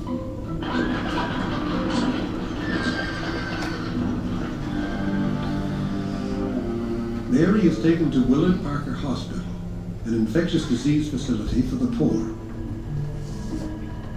There's a photograph of Mary Mallon in bed at Willard Parker Hospital. And she is in a room with a lot of other people. Who knows if they have typhoid fever or something else, or why she's in bed since she's not sick. Being brought to Willard Parker was, in some sense, a statement about Mary's work that she would have understood very clearly. She would have said, "Oh my God, you know, how dare they?" I mean, this was a real kind of insult to her. I have committed no crime, and I am treated like an outcast, a criminal. It is unjust, outrageous, uncivilized, and it is incredible that in a Christian community a defenseless woman can be treated in this manner. At New York City's pioneering bacteriology laboratory, scientists test Mary's specimens using the most advanced tools and techniques. Samples are placed in an incubator to see if bacteria grow. The results are unambiguous. The hospital's laboratories speedily proved that Mary was as dangerous as Dr. Soper had suspected.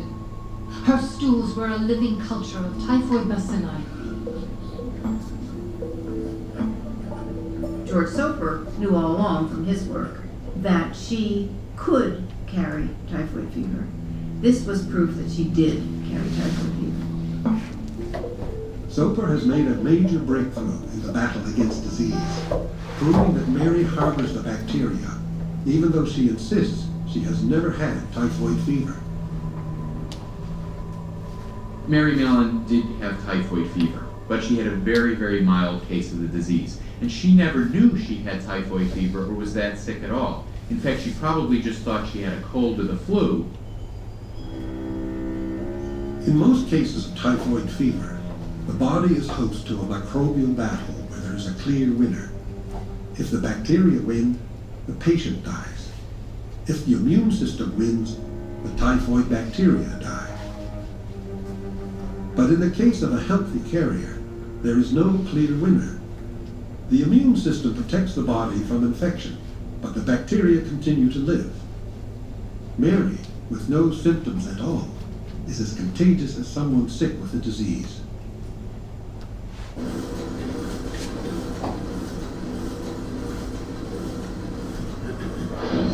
The press gets a hold of this story immediately in 1907, but they don't get very much of it. The health department is clearly trying to keep a lid on the fact that they are holding, against her will, a healthy 37-year-old woman. Still, the story makes front-page news. To protect Mary's identity, the Department of Health gives the newspaper a false name. But Mary cannot escape a visit from George Soper. He is anxious to learn when she was exposed to typhoid and how often she has passed it on. She, of course, immediately sees him as he's red. She doesn't want him there, and she's not talking to him. But he's talking to her, and he has learned a little bit, presumably from their first encounters, and he's trying to be reasonable. Mary, I said, I've come to talk with you and see if between us we cannot get you out of here. You would not be where you are now if you had not been so obstinate. So throw off your wrong-headed idea and be reasonable. Answer my questions and I will do everything I can to get you out. I will write a book about your case. I will guarantee that you get all the profits. This is fairly forward thinking. I mean, these days, you walk out of a burning building and there's somebody offering you a book deal right away, and a film deal. Maybe he was ahead of his time here, and he even offered her 100%, which is quite reasonable. On the other hand, I can certainly understand why she turned down the deal. She gets up, marches into the toilet, slams the door, and doesn't come out until he's gone. The door slammed. There was no need of my waiting. What should health officials do? They can't let Mary return to cooking, but how can they stop her? Typically, poor people with infectious diseases are sent to a quarantine island. And that's what they do with Mary. Without trial, without representation, without any kind of due process, the law allowed you to be plucked off the street and deposited on a plague island for as long as they felt like keeping you there. Civil liberties have to sometimes be bent for the public good, and I think that it may be perceived as a conflict. Most serious people in public health, and I think in the country, would understand that depriving an individual of her freedom for hopefully a brief period of time, that's a legitimate step to take. Hold on to his thought. North Brother Island sits in the East River, a few hundred yards offshore from the South Bronx. This is the site of the city's largest quarantine facility, Riverside Hospital. Most of the patients are sick with tuberculosis. They must stay here until they recover or die.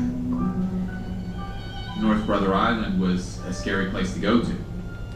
Here are hundreds of patients very sick with infectious diseases, and then Mary Mallon, who everybody admits is perfectly healthy, is sent out there.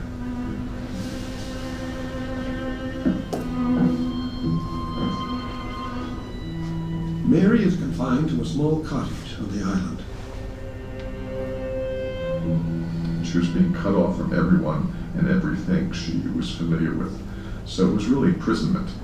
I don't think she would have seen it as anything other than a form of imprisonment.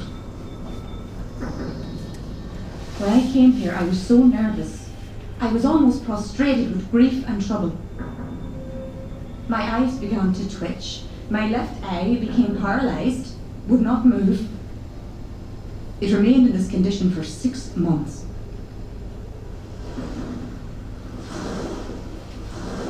Not everyone in public health believes Mary's quarantine is justified. Dr. Milton Rossenow, director of the National Hygienic Laboratory in Washington, and other prominent scientists object to her incarceration. They understood her dangers, they accepted that she was a healthy carrier, and yet they said all you have to do is retrain her for another job where she's not cooking, and then she won't be a danger to anybody. But the Department of Health is determined not to let Mary go. Instead, doctors try to cure her with experimental drugs and procedures. I took Urotropin for about 3 months all told. If I should have continued it, it would have killed me, for it was very severe. At first, I would not take it, for I am a little afraid of these people, and I have good right. She never listened to reason. When they suggested removing her gallbladder, the probable focus of infection, she was convinced afresh that this was a pretext for killing her. Mary's doctors have a hunch, incorrect as it turns out, that removing the gallbladder will cure her. They said they'd have the best surgeon in town to do the cutting, but I said no. No knife will be put on me. I've nothing the matter with my gallbladder. I think Mary Mallon may have made a very good choice there. If she'd had surgery, she probably would have survived, but the rates of infection and other problems were higher, and there is a chance she might have died from routine gallbladder surgery. Mary is kept on North Brother Island, but wages a steady battle. She writes letter after letter to Biggs, Soper, and Baker, pleading for her freedom. Why should I be banished like a leper and compelled to live in solitary confinement? A few years of this life and I will be insane.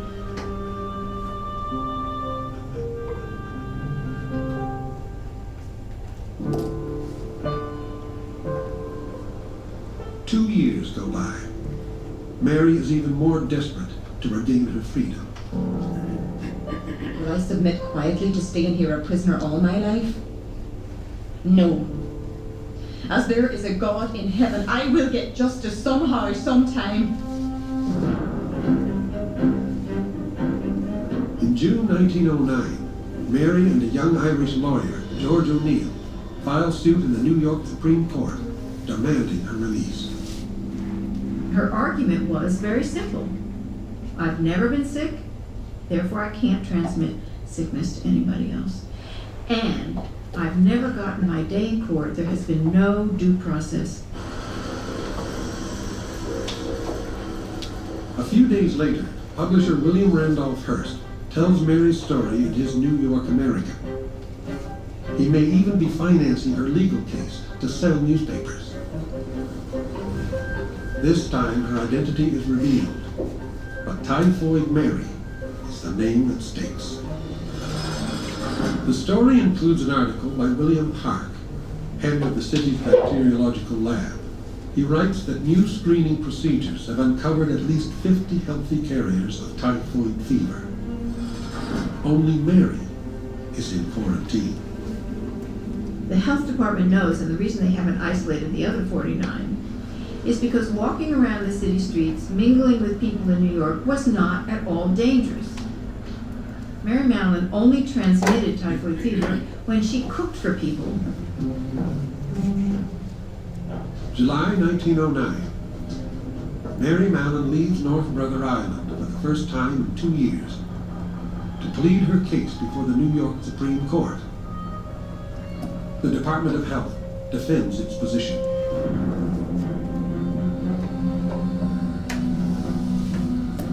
The health department argued very strongly that there was proof in the laboratory that she was a carrier and therefore dangerous to the public health, a menace to the public health. and they argued that point alone. Mary goes into court with some ammunition of her own.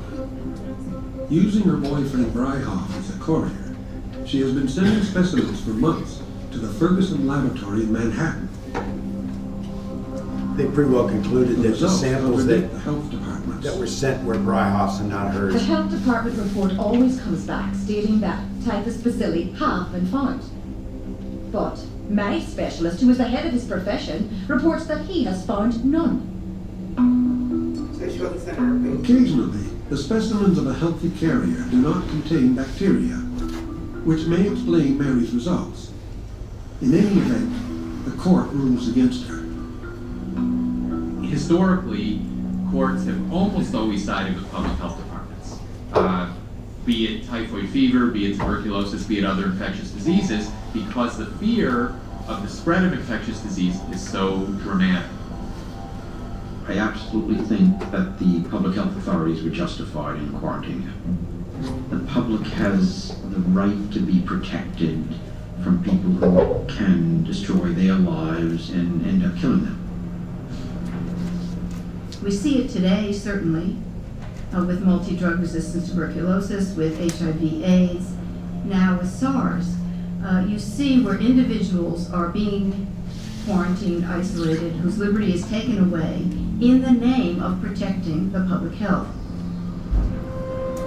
Well, Mary Mallon gives us an example of that at an extreme level because she was healthy. She wasn't even sick. There are two kinds of justice in America, and all the water in the ocean wouldn't clear me of this charge in the eyes of the health department. They want to make a showing. They want to get credit for protecting the rich, and I am the victim. Several leading public health officials are outraged at Mary's continued incarceration. Charles Chapin in Rhode Island declares it a discredit on public health work. In New York, the Department of Health is feeling the pressure. There were numerous attempts to find a way to let all involved weasel out. There were a number of approaches to Mary where, don't you want to go stay with your sister in Connecticut? And she was, but I don't have a sister in Connecticut. I think the idea there was, if we could just, unload her on another state. Well, I have been told that all I have to do is to leave the state and live under another name, and I can have my freedom. But I will not do this. I will either be cleared or I will die where I am now.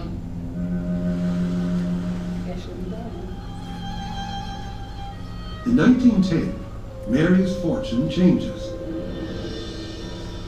New York City hires a new health commissioner, Ernst Lederle. Lederle strikes me as a sympathetic character. I think he was uncomfortable with the civil liberties implications, the political implications, the humanitarian implications, the medical implications. He was uncomfortable with the situation. Lederle releases Mary. She must report in regularly and can never again work as a cook. He even finds her a job at the bottom of the domestic ladder.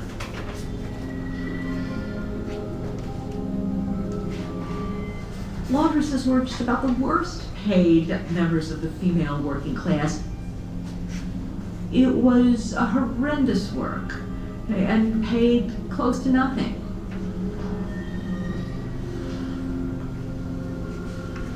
Mary's boyfriend, Bryhoff, dies soon after her release. She is on her own, barely able to make a living. The health department has her on file and knows where she's living and knows when she moves. In 1910, in 1911, in 1912, in 1913.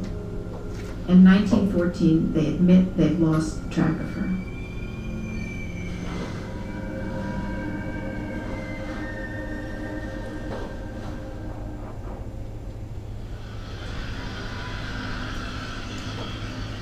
By that time, health officials have a bigger problem on their hands. They have come to realize that at least 3% of people who get typhoid fever become carriers after they recover. That was an enormous number of people. It would range in the thousands and thousands in a city like New York. You basically have to go to everyone who had typhoid fever and check their stools after they got better. That's impossible. So the Department of Health focuses on those who pose the greatest risk. Look at these Food guys handlers. chopping The veggies health back department passed a resolution and it became a law of the land that anybody who handled food in New York City had to be tested and had to be tested regularly. They were given cards, so they were known to the health department, and then they were given instructions about what they should and shouldn't do. And they were supposed to report back periodically to the health department to get checked on. They caught very few healthy carriers that way, and it was a very expensive program, as you can imagine, all the food handlers there are in New York City. Most healthy carriers escape detection unless they cause an outbreak. In March 1915, typhoid fever strikes the city's prestigious Sloan Maternity Hospital. 25 doctors, nurses, and staff come down with the disease. 2 die. The hospital calls in George Silver. Dr. Cragen telephoned me asking that I come at once to Sloan Hospital. When I arrived, he told me he had a typhoid epidemic on his hands. The other servants had jokingly nicknamed the cook Typhoid Mary. She called herself Mrs. Brown. She was out at the moment, but when I recognized her handwriting, he handed me a letter, from which I saw at once that it was indeed Mary Mallon. I went up there and went into the kitchen. Sure enough, there was Mary earning her living in the hospital kitchen, spreading typhoid germs among mothers and babies and doctors and nurses like a destroying angel.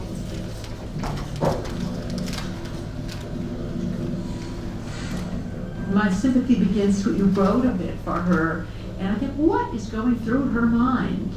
How can she go back and start cooking? Is she either so dense that she didn't get it, or is she so spiteful that she's going to show the Americans, or she's going to show the employer class that they can't keep her down? I don't think she was ever an evil person. She didn't intentionally go out to hurt people. She just was incapable of understanding that her Carey estate was the cause of deaths of people and illness of people. Department of Health officers trace Mary to a house in Queens. She doesn't answer the doorbell, so they use a step ladder to get up to the second floor.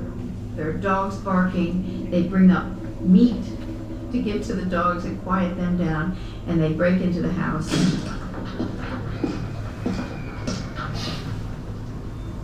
This time she goes without a struggle.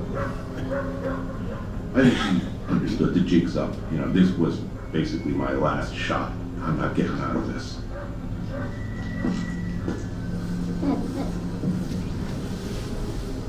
There is no sympathy now for the woman whose name is synonymous with disease.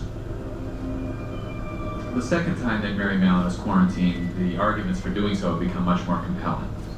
She sort of failed the test of working with the public health officials, and she's sent back to the island, this time with more justification. By the time she hit North Brother the second time, there was no fight left in her. Everything that she had was gone.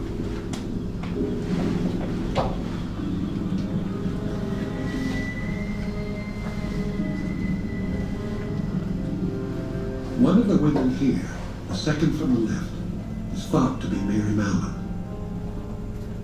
Adjusting to life on North Brother Island, Mary even makes friends with some of the doctors and nurses. My father was the medical director of the Riverside Hospital there, and he knew Mary Mallon very well. He was one of the few people that Mary got along with. He was a first-generation Irish person. I think he could identify maybe more than Herman Biggs or George Soper with what makes an Irish immigrant tick. 3 years after her return, The Department of Health occasionally allows Mary to take the ferry into New York. They would let her leave, take day trips to visit friends, and she would always return on time. I don't think there was anything else for her out there. While Mary is in quarantine, the Department of Health develops a more flexible approach to healthy carriers. Food handlers are sometimes retrained or paid to stop working. Even uncooperative carriers are not punished the way Mary Mallon is. Mary Mallon got singled out, I think. The public health department, in the face of her resisting this new authority of science, I think got vengeful in their desire to teach her a lesson. On the island, Mary is tested regularly for typhoid. She is still a carrier. Eventually, she is given a job as a lab technician at Riverside Hospital. In 1932, her supervisor poses with Mary at age 62. The photograph that we have of Mary Mallon from late in her life shows a woman who's gained weight, who has suffered some minor strokes. You can see one of her hands is in a fist. She does not look very attractive in that picture. She doesn't look very happy. After 26 years on North Brother Island, Mary Mallon died in 1938. She was 69 years old. She had given 47 people typhoid fever. 3 of them died. The estimates Mary of the never number of deaths accepted vary. she was the cause. Which one was her? The one with the glasses? By that Yeah. time, Yeah. typhoid Glasses. fever was on the wane, the result of better sanitation. It would be another 10 years before antibiotics would be used to treat the disease and cure healthy carriers like Mary. But new and even more deadly diseases continue to arise, confronting us with the issues that Mary Mallon first raised a century ago. Today it might be Ebola virus, HIV, and most recently SARS, but we always have to, as a society, be very careful about how we will use public health powers and not trample on the rights of the individuals who are sick. Though Mary Mallon is long forgotten, typhoid Mary is not. She remains a potent symbol of our fear of disease and of the dilemma over how far we should go to protect ourselves. We now assume that Typhoid Mary is actually a perpetrator of evil. And I think that's probably a pretty sad legacy for her. I lived a decent and upright life until I was seized, locked up, and rechristened Typhoid Mary. Before God and in the eyes of decent men, my name is Mary Mallon.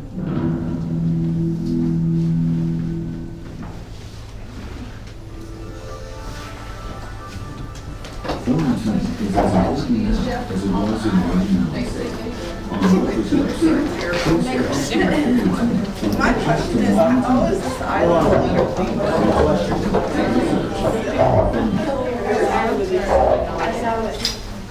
It's like a movie from the 90s where all the criminals, like something happened in remember all the criminals are such in LA, you know, and it was a ruthless place, you know, people would go on the island and use water to build criminals. Oh, how's this legal? One of the things that, I just want a couple of comments from you and we'll let you go. One of the things that really comes out in this video is that that turn of the century between the 1800s and 1900s shows how young the science of microbiology was. I kept trying to stress that it's a very young science. And so the idea of people having some kind of a concept in terms of bacteria in them and on them that they could pass along didn't make any sense. And then you deal with somebody who is uneducated. Mary Mallon never had any education, probably beyond the 3rd grade. And to try and explain this to people is exceptionally difficult. Right or wrong, though? You know, one of the questions now is with Ebola, and maybe you heard this last week, is that what they're doing, because there's this threat that somebody with Ebola is going to get on an airplane, and all they're checking right now is to see if you have a fever. So if you're spiking any kind of fever at all, they're not letting you get on flights out of Western Africa.